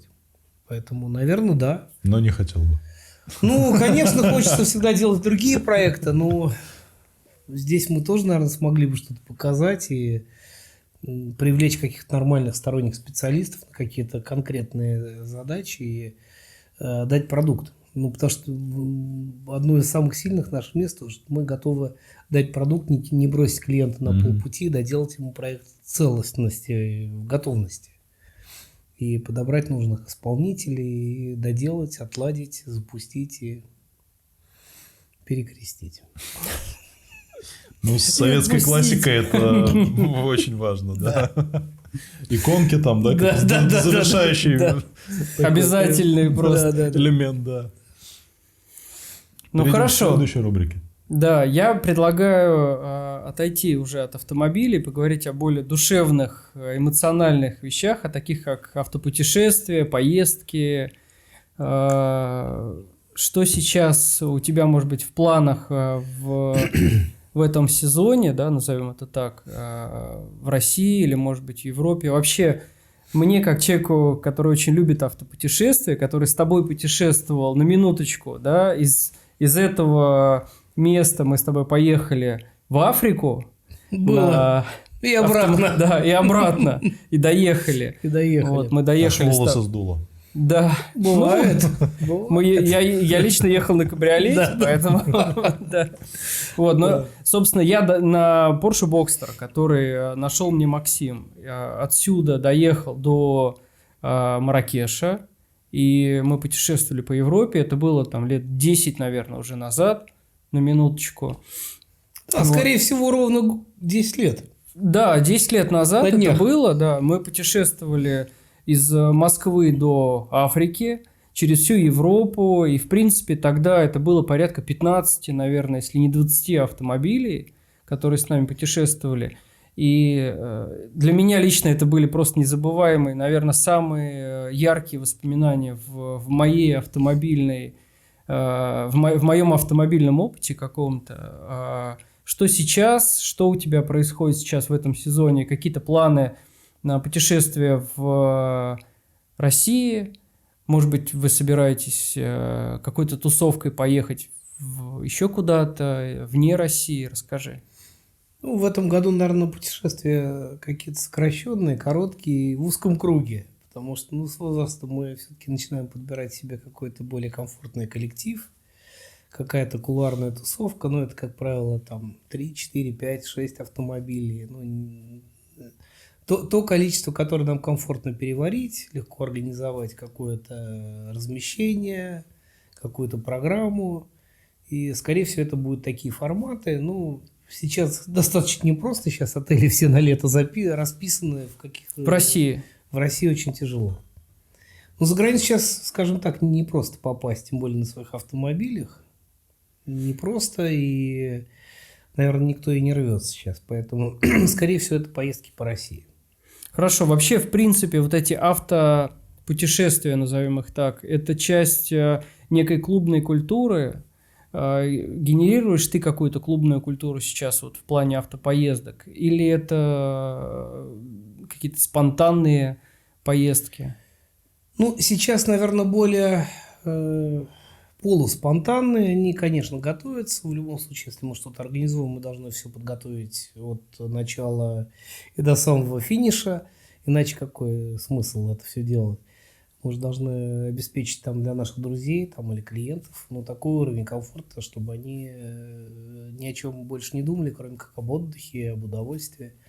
И сейчас это не просто еще делать, потому что найти даже отель на 6-7 нормальных номеров и парковку – это достаточно непростое сейчас задание. Вот, хороший момент. Раньше, в принципе, на этих машинах, мы говорим там про Porsche, про Ferrari, классические, современные, неважно. Все клубные поездки, это в основном была через Россию в Европу или сразу в Европу, да, машины ехали на автовозе. Ну, немножко такой бэкстейдж расскажем, да, что не всегда все едут прямо отсюда, из Москвы, да. Кто-то получает свой автомобиль уже в Европе, который приехал на автовозе и дальше путешествует по Европе с клубом. Что сейчас, вот, если говорить по поездках по России, есть ли вообще в России инфраструктура, ну, исходя из твоего опыта, ты уже поездил, насколько я понимаю, есть ли гостиницы, есть ли вообще интересные места, и вообще стоит ли думать о том, чтобы путешествовать по России на каких-то гоночных классических автомобилях? Дороги, гостиницы, да, вот я об этом говорю. Ну, Антон, мы с тобой ездили же не только в Африку. Насколько ты помнишь, мы ездили и в другие города, и ездили на автовозах, конечно. И ездили на гоночные треки, и в разные города. Поэтому все это сейчас осуществимо, осуществляется множеством организаций, клубов, каких-то тусовочек, микро, макро. То есть сейчас это очень активно используется. Конечно, люди ездят, путешествуют и перевозят машины, и ездят самоходом, и мы так и так делаем. Это, собственно, нормальная практика, и она позволяет экономить людям время на какой-нибудь дальнобой, который не представляет никакого интереса. Ну, там, какой-нибудь М4, ну, какой смысл ехать по степям, что там, какой смысл тратить 2 дня там на перемещение, когда проще там оплатить какой-то автовоз, переместить машину, прилететь самолетом, покататься, путешествовать, ну, сделать какую-то локацию интересную, по ней поездить и вернуться обратно. Поэтому, наверное, это нормально. А короткие вылазки, они, ну, до 1 дня путешествия это нормально. Какая-нибудь Суздаль, Санкт-Петербург, Нижний Новгород, мы постоянно ездим и по этим маршрутам. Как это выглядит? Это просто поездка до там гостиницы, или вы едете на трассу? Есть какой-то сценарий, ну, вот, классической поездки по России? Ну, всегда какой-то есть сценарий, конечно.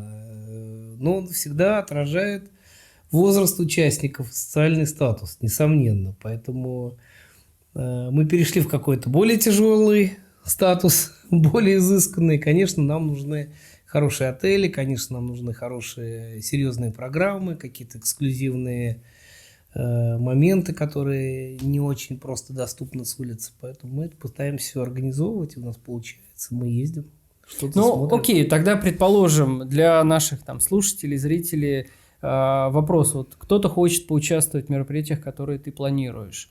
Можно ли просто прийти и сказать: я хочу поучаствовать, я хочу поесть, у меня там есть такой-то автомобиль, я не знаю, BMW M, да, всеми любимый. Да, всеми любимый.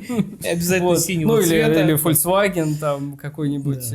Можно с вами поехать? Ну, можно, конечно. То есть это возможно. Мы же не сильно закрытая структура, мы, как всегда, совещаемся, у нас есть какой-то там решающий орган, это общее собрание, которое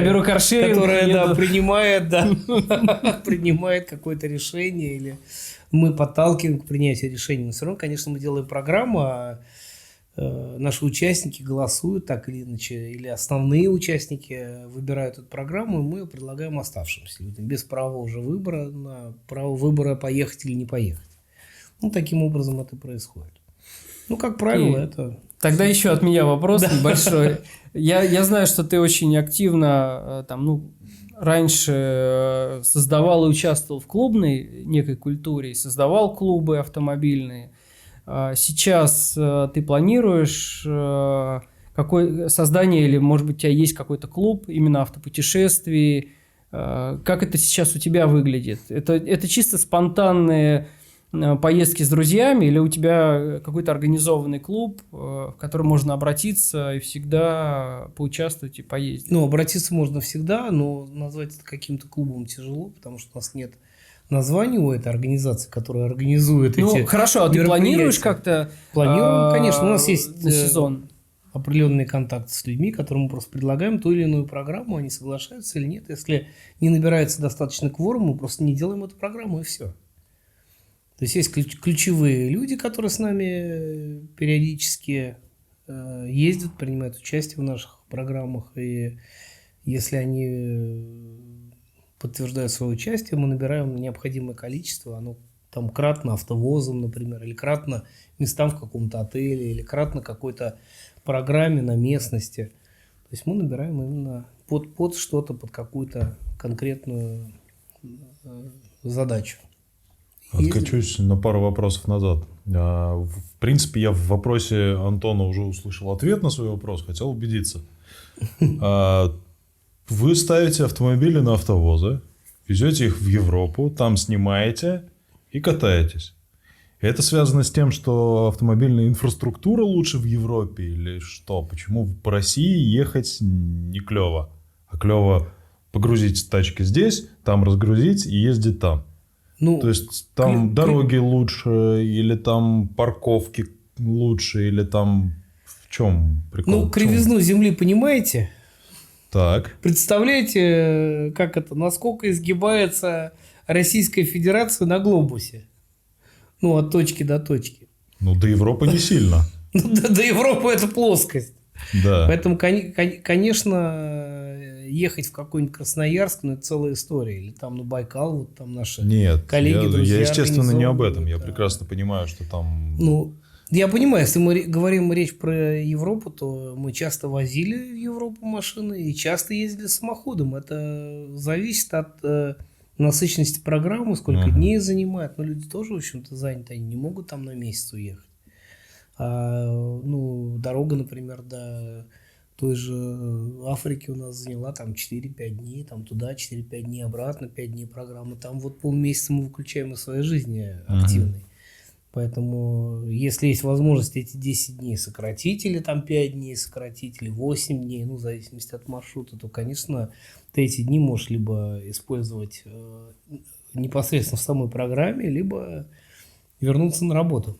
Ну, то есть дело не в инфраструктуре, а просто в логистике. Нет, инфраструктура позволяла экономии путешествовать. собственного времени. Да, экономия времени, конечно. Все, понял. Потому что любые проезды, там, 1500 километров, но уже иногда затруднительно только с точки зрения обычного дальнобоя. Какой смысл пожирать километры по прямым дорогам, ничего не изучая, только с целью до чего-то доехать. Иногда проще автовоз и долететь до этого места. Понятно. Получить машину. Это не значит, что это всегда было, но в каких-то моментах это более оптимально. Понял. Максим, я знаю, что у тебя сейчас в проектах есть Мерседес, который стоит у нас на столе, который виден нашим зрителям, к сожалению, не виден нашим слушателям, но пусть они посмотрят наш выпуск. Это Мерседес «Красная свинья». Скажи, пожалуйста, что сейчас происходит с этим проектом, на каком он сейчас этапе и какие у вас планы вообще? В этом году он будет закончен или это планы на годы вперед? Да, Антон, спасибо, что вы вернулись к этому проекту. Это действительно серьезная вещь, и у нас участвует порядка 10-12 партнеров в Европе. Конечно, это усложнилось пандемией, потом некоторыми санкциями. Наши партнеры нас не бросили, мы продолжаем этот проект. Он идет у нас уже 2 года. К сожалению, он затянулся по понятным причинам, но мы надеемся, что в этом году этот автомобиль сможет все-таки стартовать по дорогам, стартовать по трекам. В этом году, в 2023 году? Да, я надеюсь, что в 2023, ну, хотя бы так или иначе в тестовом режиме, потому что там необходимо еще работать, настраивать, отлаживать, учить ездить, поскольку это все-таки очень серьезная вещь. И, Конечно, это реплика настоящего гоночного автомобиля, но в нем принимает участие достаточно много партнеров. И ни одной детали не удалось найти серийной. Все вещи, все компоненты делали индивидуально. Коллектора, поршни, распредвалы, какие-то доработки головок цилиндров. Максим, подожди, давай до технических аспектов обсудим сам автомобиль. На базе какого автомобиля? Вообще, давай немножко в историю красной свиньи. Что это за автомобиль? На базе какого автомобиля создавался, да, этот гоночный болид, и он участвовал в каких международных гонках? Расскажи немножко о самом автомобиле, что вы сейчас делаете. Да, ну история этого автомобиля – это все-таки история создания компании AMG. Это первый их серьезный проект, серьезный гоночный проект, и сразу замечательные результаты. Это победы в длинных 24-часовых гонках. Этот автомобиль Извиняюсь, стоит отметить, это была не победа, это было 2 место. Но победителя никто не знает. Да, но победителя никто не знает. Да. Это было точно, да. Победителя никто не знает. Конечно, этого монстра, эту красную свинью, конечно, запомнили все надолго и навсегда. Потому что это было против правил автоспорта. Легкие и быстрые машины с небольшими моторами доминировали на гоночных трассах, на спринтах, даже доминировали на длинных гонках. И впервые автомобиль представительского класса, причем в самой тяжелой его комплектации, удлиненной вот это на интересно. Подвеске, подготовленный ныне, тогда компания AMG, смог противопоставить себя суперсовременным, суперпродвинутым гоночным автомобилем. То есть это большой четырехдверный седан. Да, это удлиненный четырехдверный седан с большим 6-литровым мотором и в версии автоматической и ручной коробки. Было 2 версии, и мы строим именно автомобиль, который имел автоматическую коробку. И все, конечно, делается по канонам, правилам, требованиям тех лет. Подожди, но этот автомобиль, который вы сейчас строите, вы его нашли здесь, в России? База, на которой вы его строите, это отсюда, из России, или вы привезли из Европы? Да, конечно, база была найдена здесь, и предполагалось, что мы попробуем весь проект осилить здесь сами. Мы купили здесь в достаточно приличном состоянии Mercedes 109 на пневмоподвеске с мотором V8, с автоматической коробкой, с удлиненным кузовом, с удлиненной задней частью, естественно, для комфорта пассажиров бизнес-класса. Начали с ним работать, покрасили в красный цвет, поставили на учет, получили регистрацию, и только потом начали доработки кузова. Максим, можно я тебя прерву? Мне интересно просто то, что вы начали с ним работать. Действительно, то, что я знаю, вы нашли и купили классический автомобиль, который был в прекрасном состоянии. В нормальном. В нормальном. Давай скажем так, в нормальном состоянии, да, для наших реалий, готовый к каким-то выездным мероприятиям и так далее. И вы начали готовить его под абсолютно уникальный проект. Да, это было именно так. Вначале у нас был проект, и только потом была покупка этого автомобиля. Соответственно, этот автомобиль покупался не как автомобиль, а как донор для нашего сформированного проекта. Угу. И состояние автомобиля нас сильно так не волновало. У нас были попытки приобрести другие машины, но они не отвечали нашим требованиям, были либо не в той комплектации, либо изначально не были готовы для дальнейшего, для дальнейшей перестройки или апгрейда. Нам удалось найти очень приличную машину, над которой уже работали до этого. Там были неплохие кузовные панели. Мы взяли за основу этот автомобиль. Поэтому для нас он всегда был изначально донором. Он не был для нас автомобилем, он был донором, из которого мы начали строить все по новой. Мы разобрали его до винтика и начали дорабатывать. Для меня очень интересный вопрос с точки зрения истории, с точки зрения вообще слова созвучия AMG. Насколько я знаю, что в доработке этого двигателя участвовал человек, достаточно пожилой человек в Европе, который составляет одну из букв этих АМГ. Расскажи, пожалуйста, немножко об совершенно этом. правильно, да.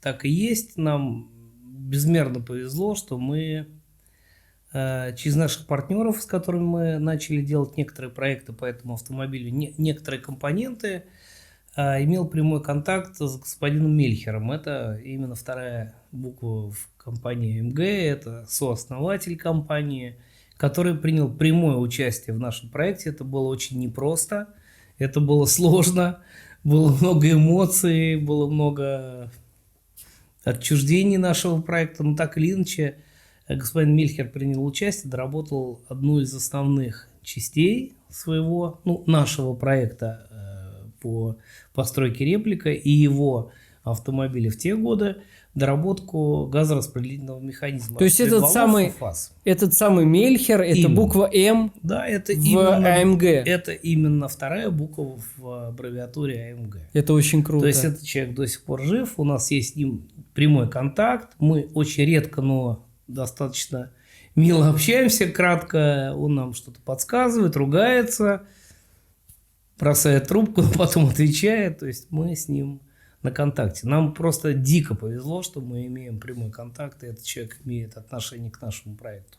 Я думаю, сложно вообще представить в России такие проекты, где участвуют реально создатели, основатели и создатели целого направления, ателье АМГ, назовем это так. То есть вот это... больше их и не было, собственно. Вот это трезвучие АМГ, да, и вот этот человек, который носит фамилию Мельхер, как ты говоришь, Мельхер, да, это буква М в АМГ, и тот, кто с вами сейчас непосредственно работает в создании вашего проекта. Да, именно так. Мне кажется, для России это достаточно уникальные вещи. Это очень интересно. Больше уникально для мировой практики, для мировой истории, поскольку это действительно имена и фамилии, которые, скажем, действительно имеют неотъемлемую часть истории автоспорта, развития автомобилестроения, поскольку, как многим известно, компания АМГ была куплена компанией Mercedes. И это вот яркий пример того, что частное подразделение смогло достичь высочайших результатов и заинтересовать материнскую компанию, с которой они раньше работали как тюнеры, доработчики или использовали в качестве каких-то проектов. То есть это максимальная оценка деятельности компании. И в принципе, да, мне в принципе кажется очень важно обратить на это внимание наших слушателей, зрителей, о том, что крупнейшие мировые ателье и на самом деле создатели вообще направления АМГ и подразделения АМГ, да, которым уже сейчас там под 90 лет, и они взаимодействуют вот с подразделением, с компанией Max Evolution. С российской компанией. Да, с российской компанией. Это очень важные вещи, это очень круто, и, конечно, это огромное уважение вызывает.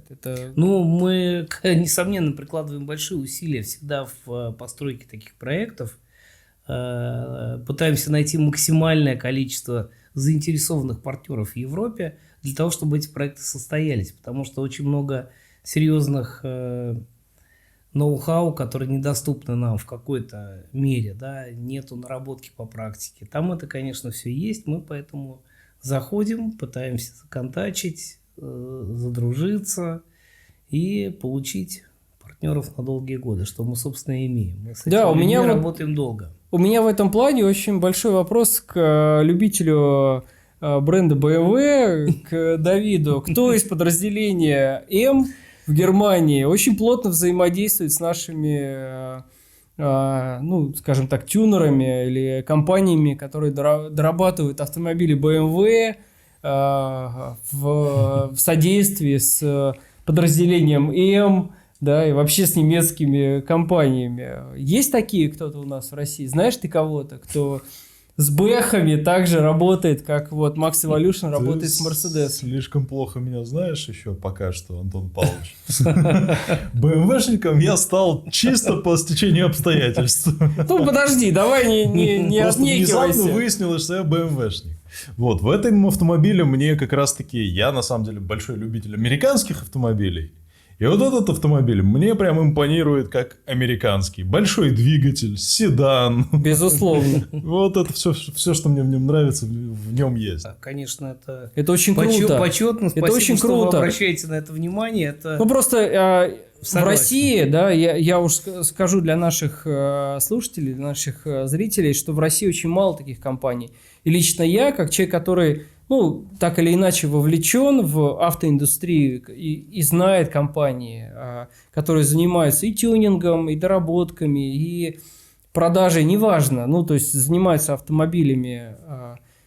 Я не знаю не знаю компаний, которые занимаются настолько высокого уровня доработками, как Max Evolution. Для меня это очень ценно. Да, еще раз спасибо, но все-таки мы ведем речь про классические гоночные автомобили.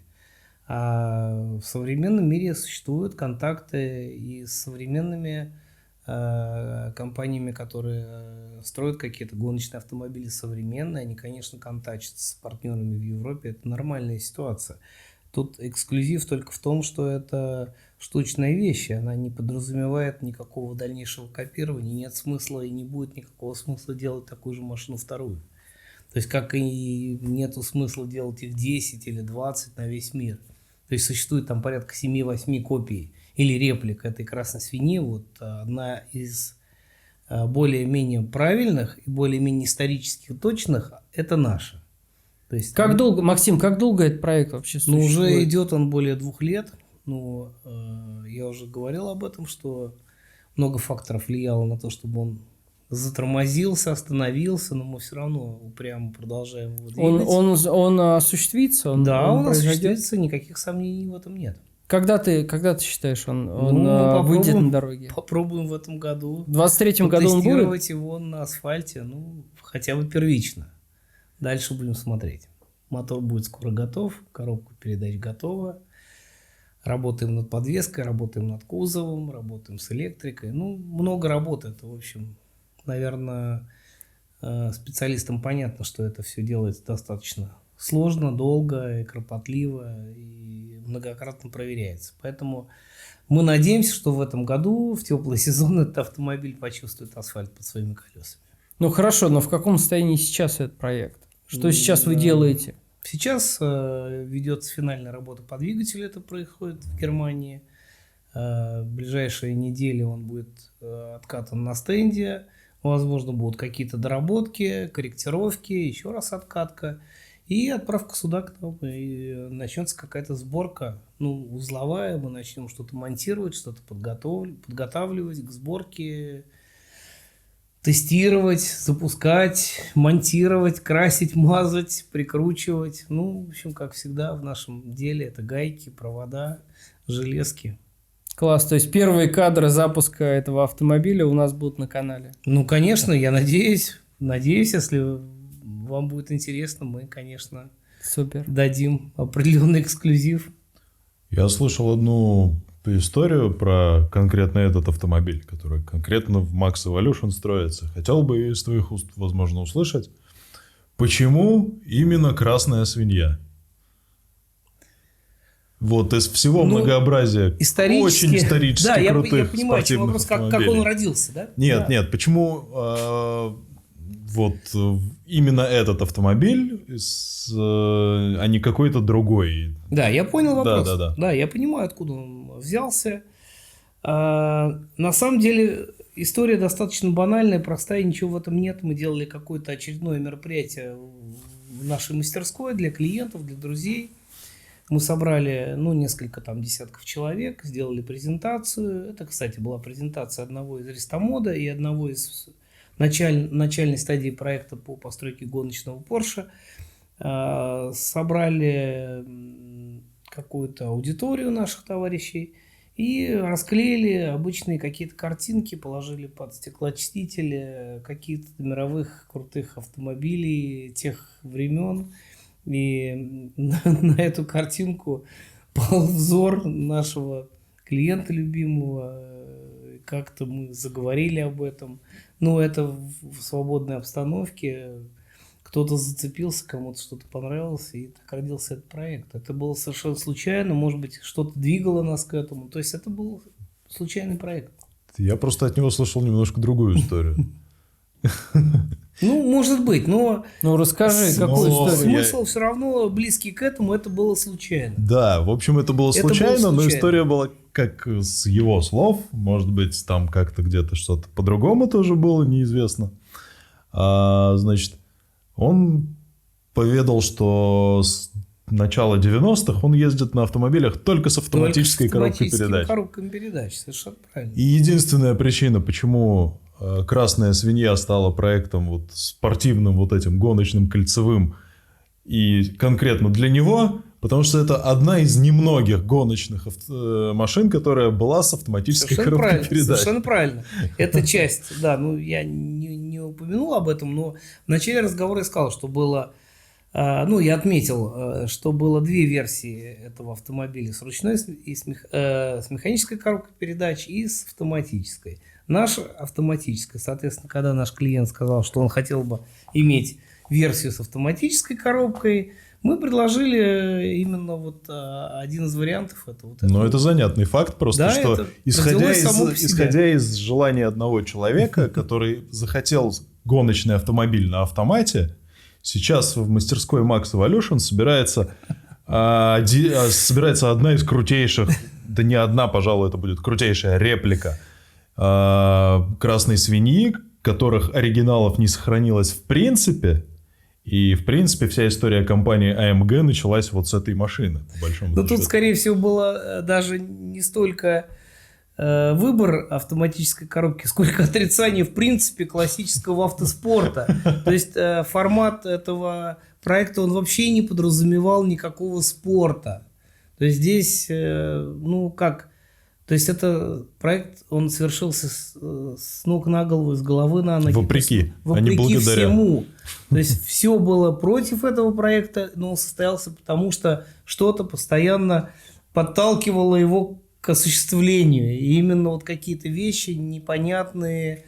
То есть человек никогда не планировал про гонки, он ничего не знал про автомобильные гонки, ничего не изучал, не ездил на ручной коробке передач. И это все воплотилось именно вот таким образом, что этот проект начал работать, начал жизнь, у него появился бюджет, мы начали работать с этим проектом. Это очень круто. Ну, конечно, это не единственный автомобиль с автоматической коробкой. Также у компании AMG были в 1977 году, в 1978 похожие проекты с другими кузовами. И мы тоже бы хотели бы, конечно, найти желающего, кто бы захотел построить такой проект. И у нас есть много данных по этим проектам, и можно пытаться. Ребята, желающие, мы ждем. Ребята, приходите, построим вам Конечно. гоночный автомобиль, классический, конечно. Пока живы люди, которые строили эти автомобили, это очень важно. Пока есть первоисточники, которые нам могут и готовы помогать в этих проектах. Вообще, Максим, есть ли подобные проекты, как твой, в мире, ну, действительно, с участием вот фамилий, о которых ты говоришь, с участием фамилий, которые входят в АМГ?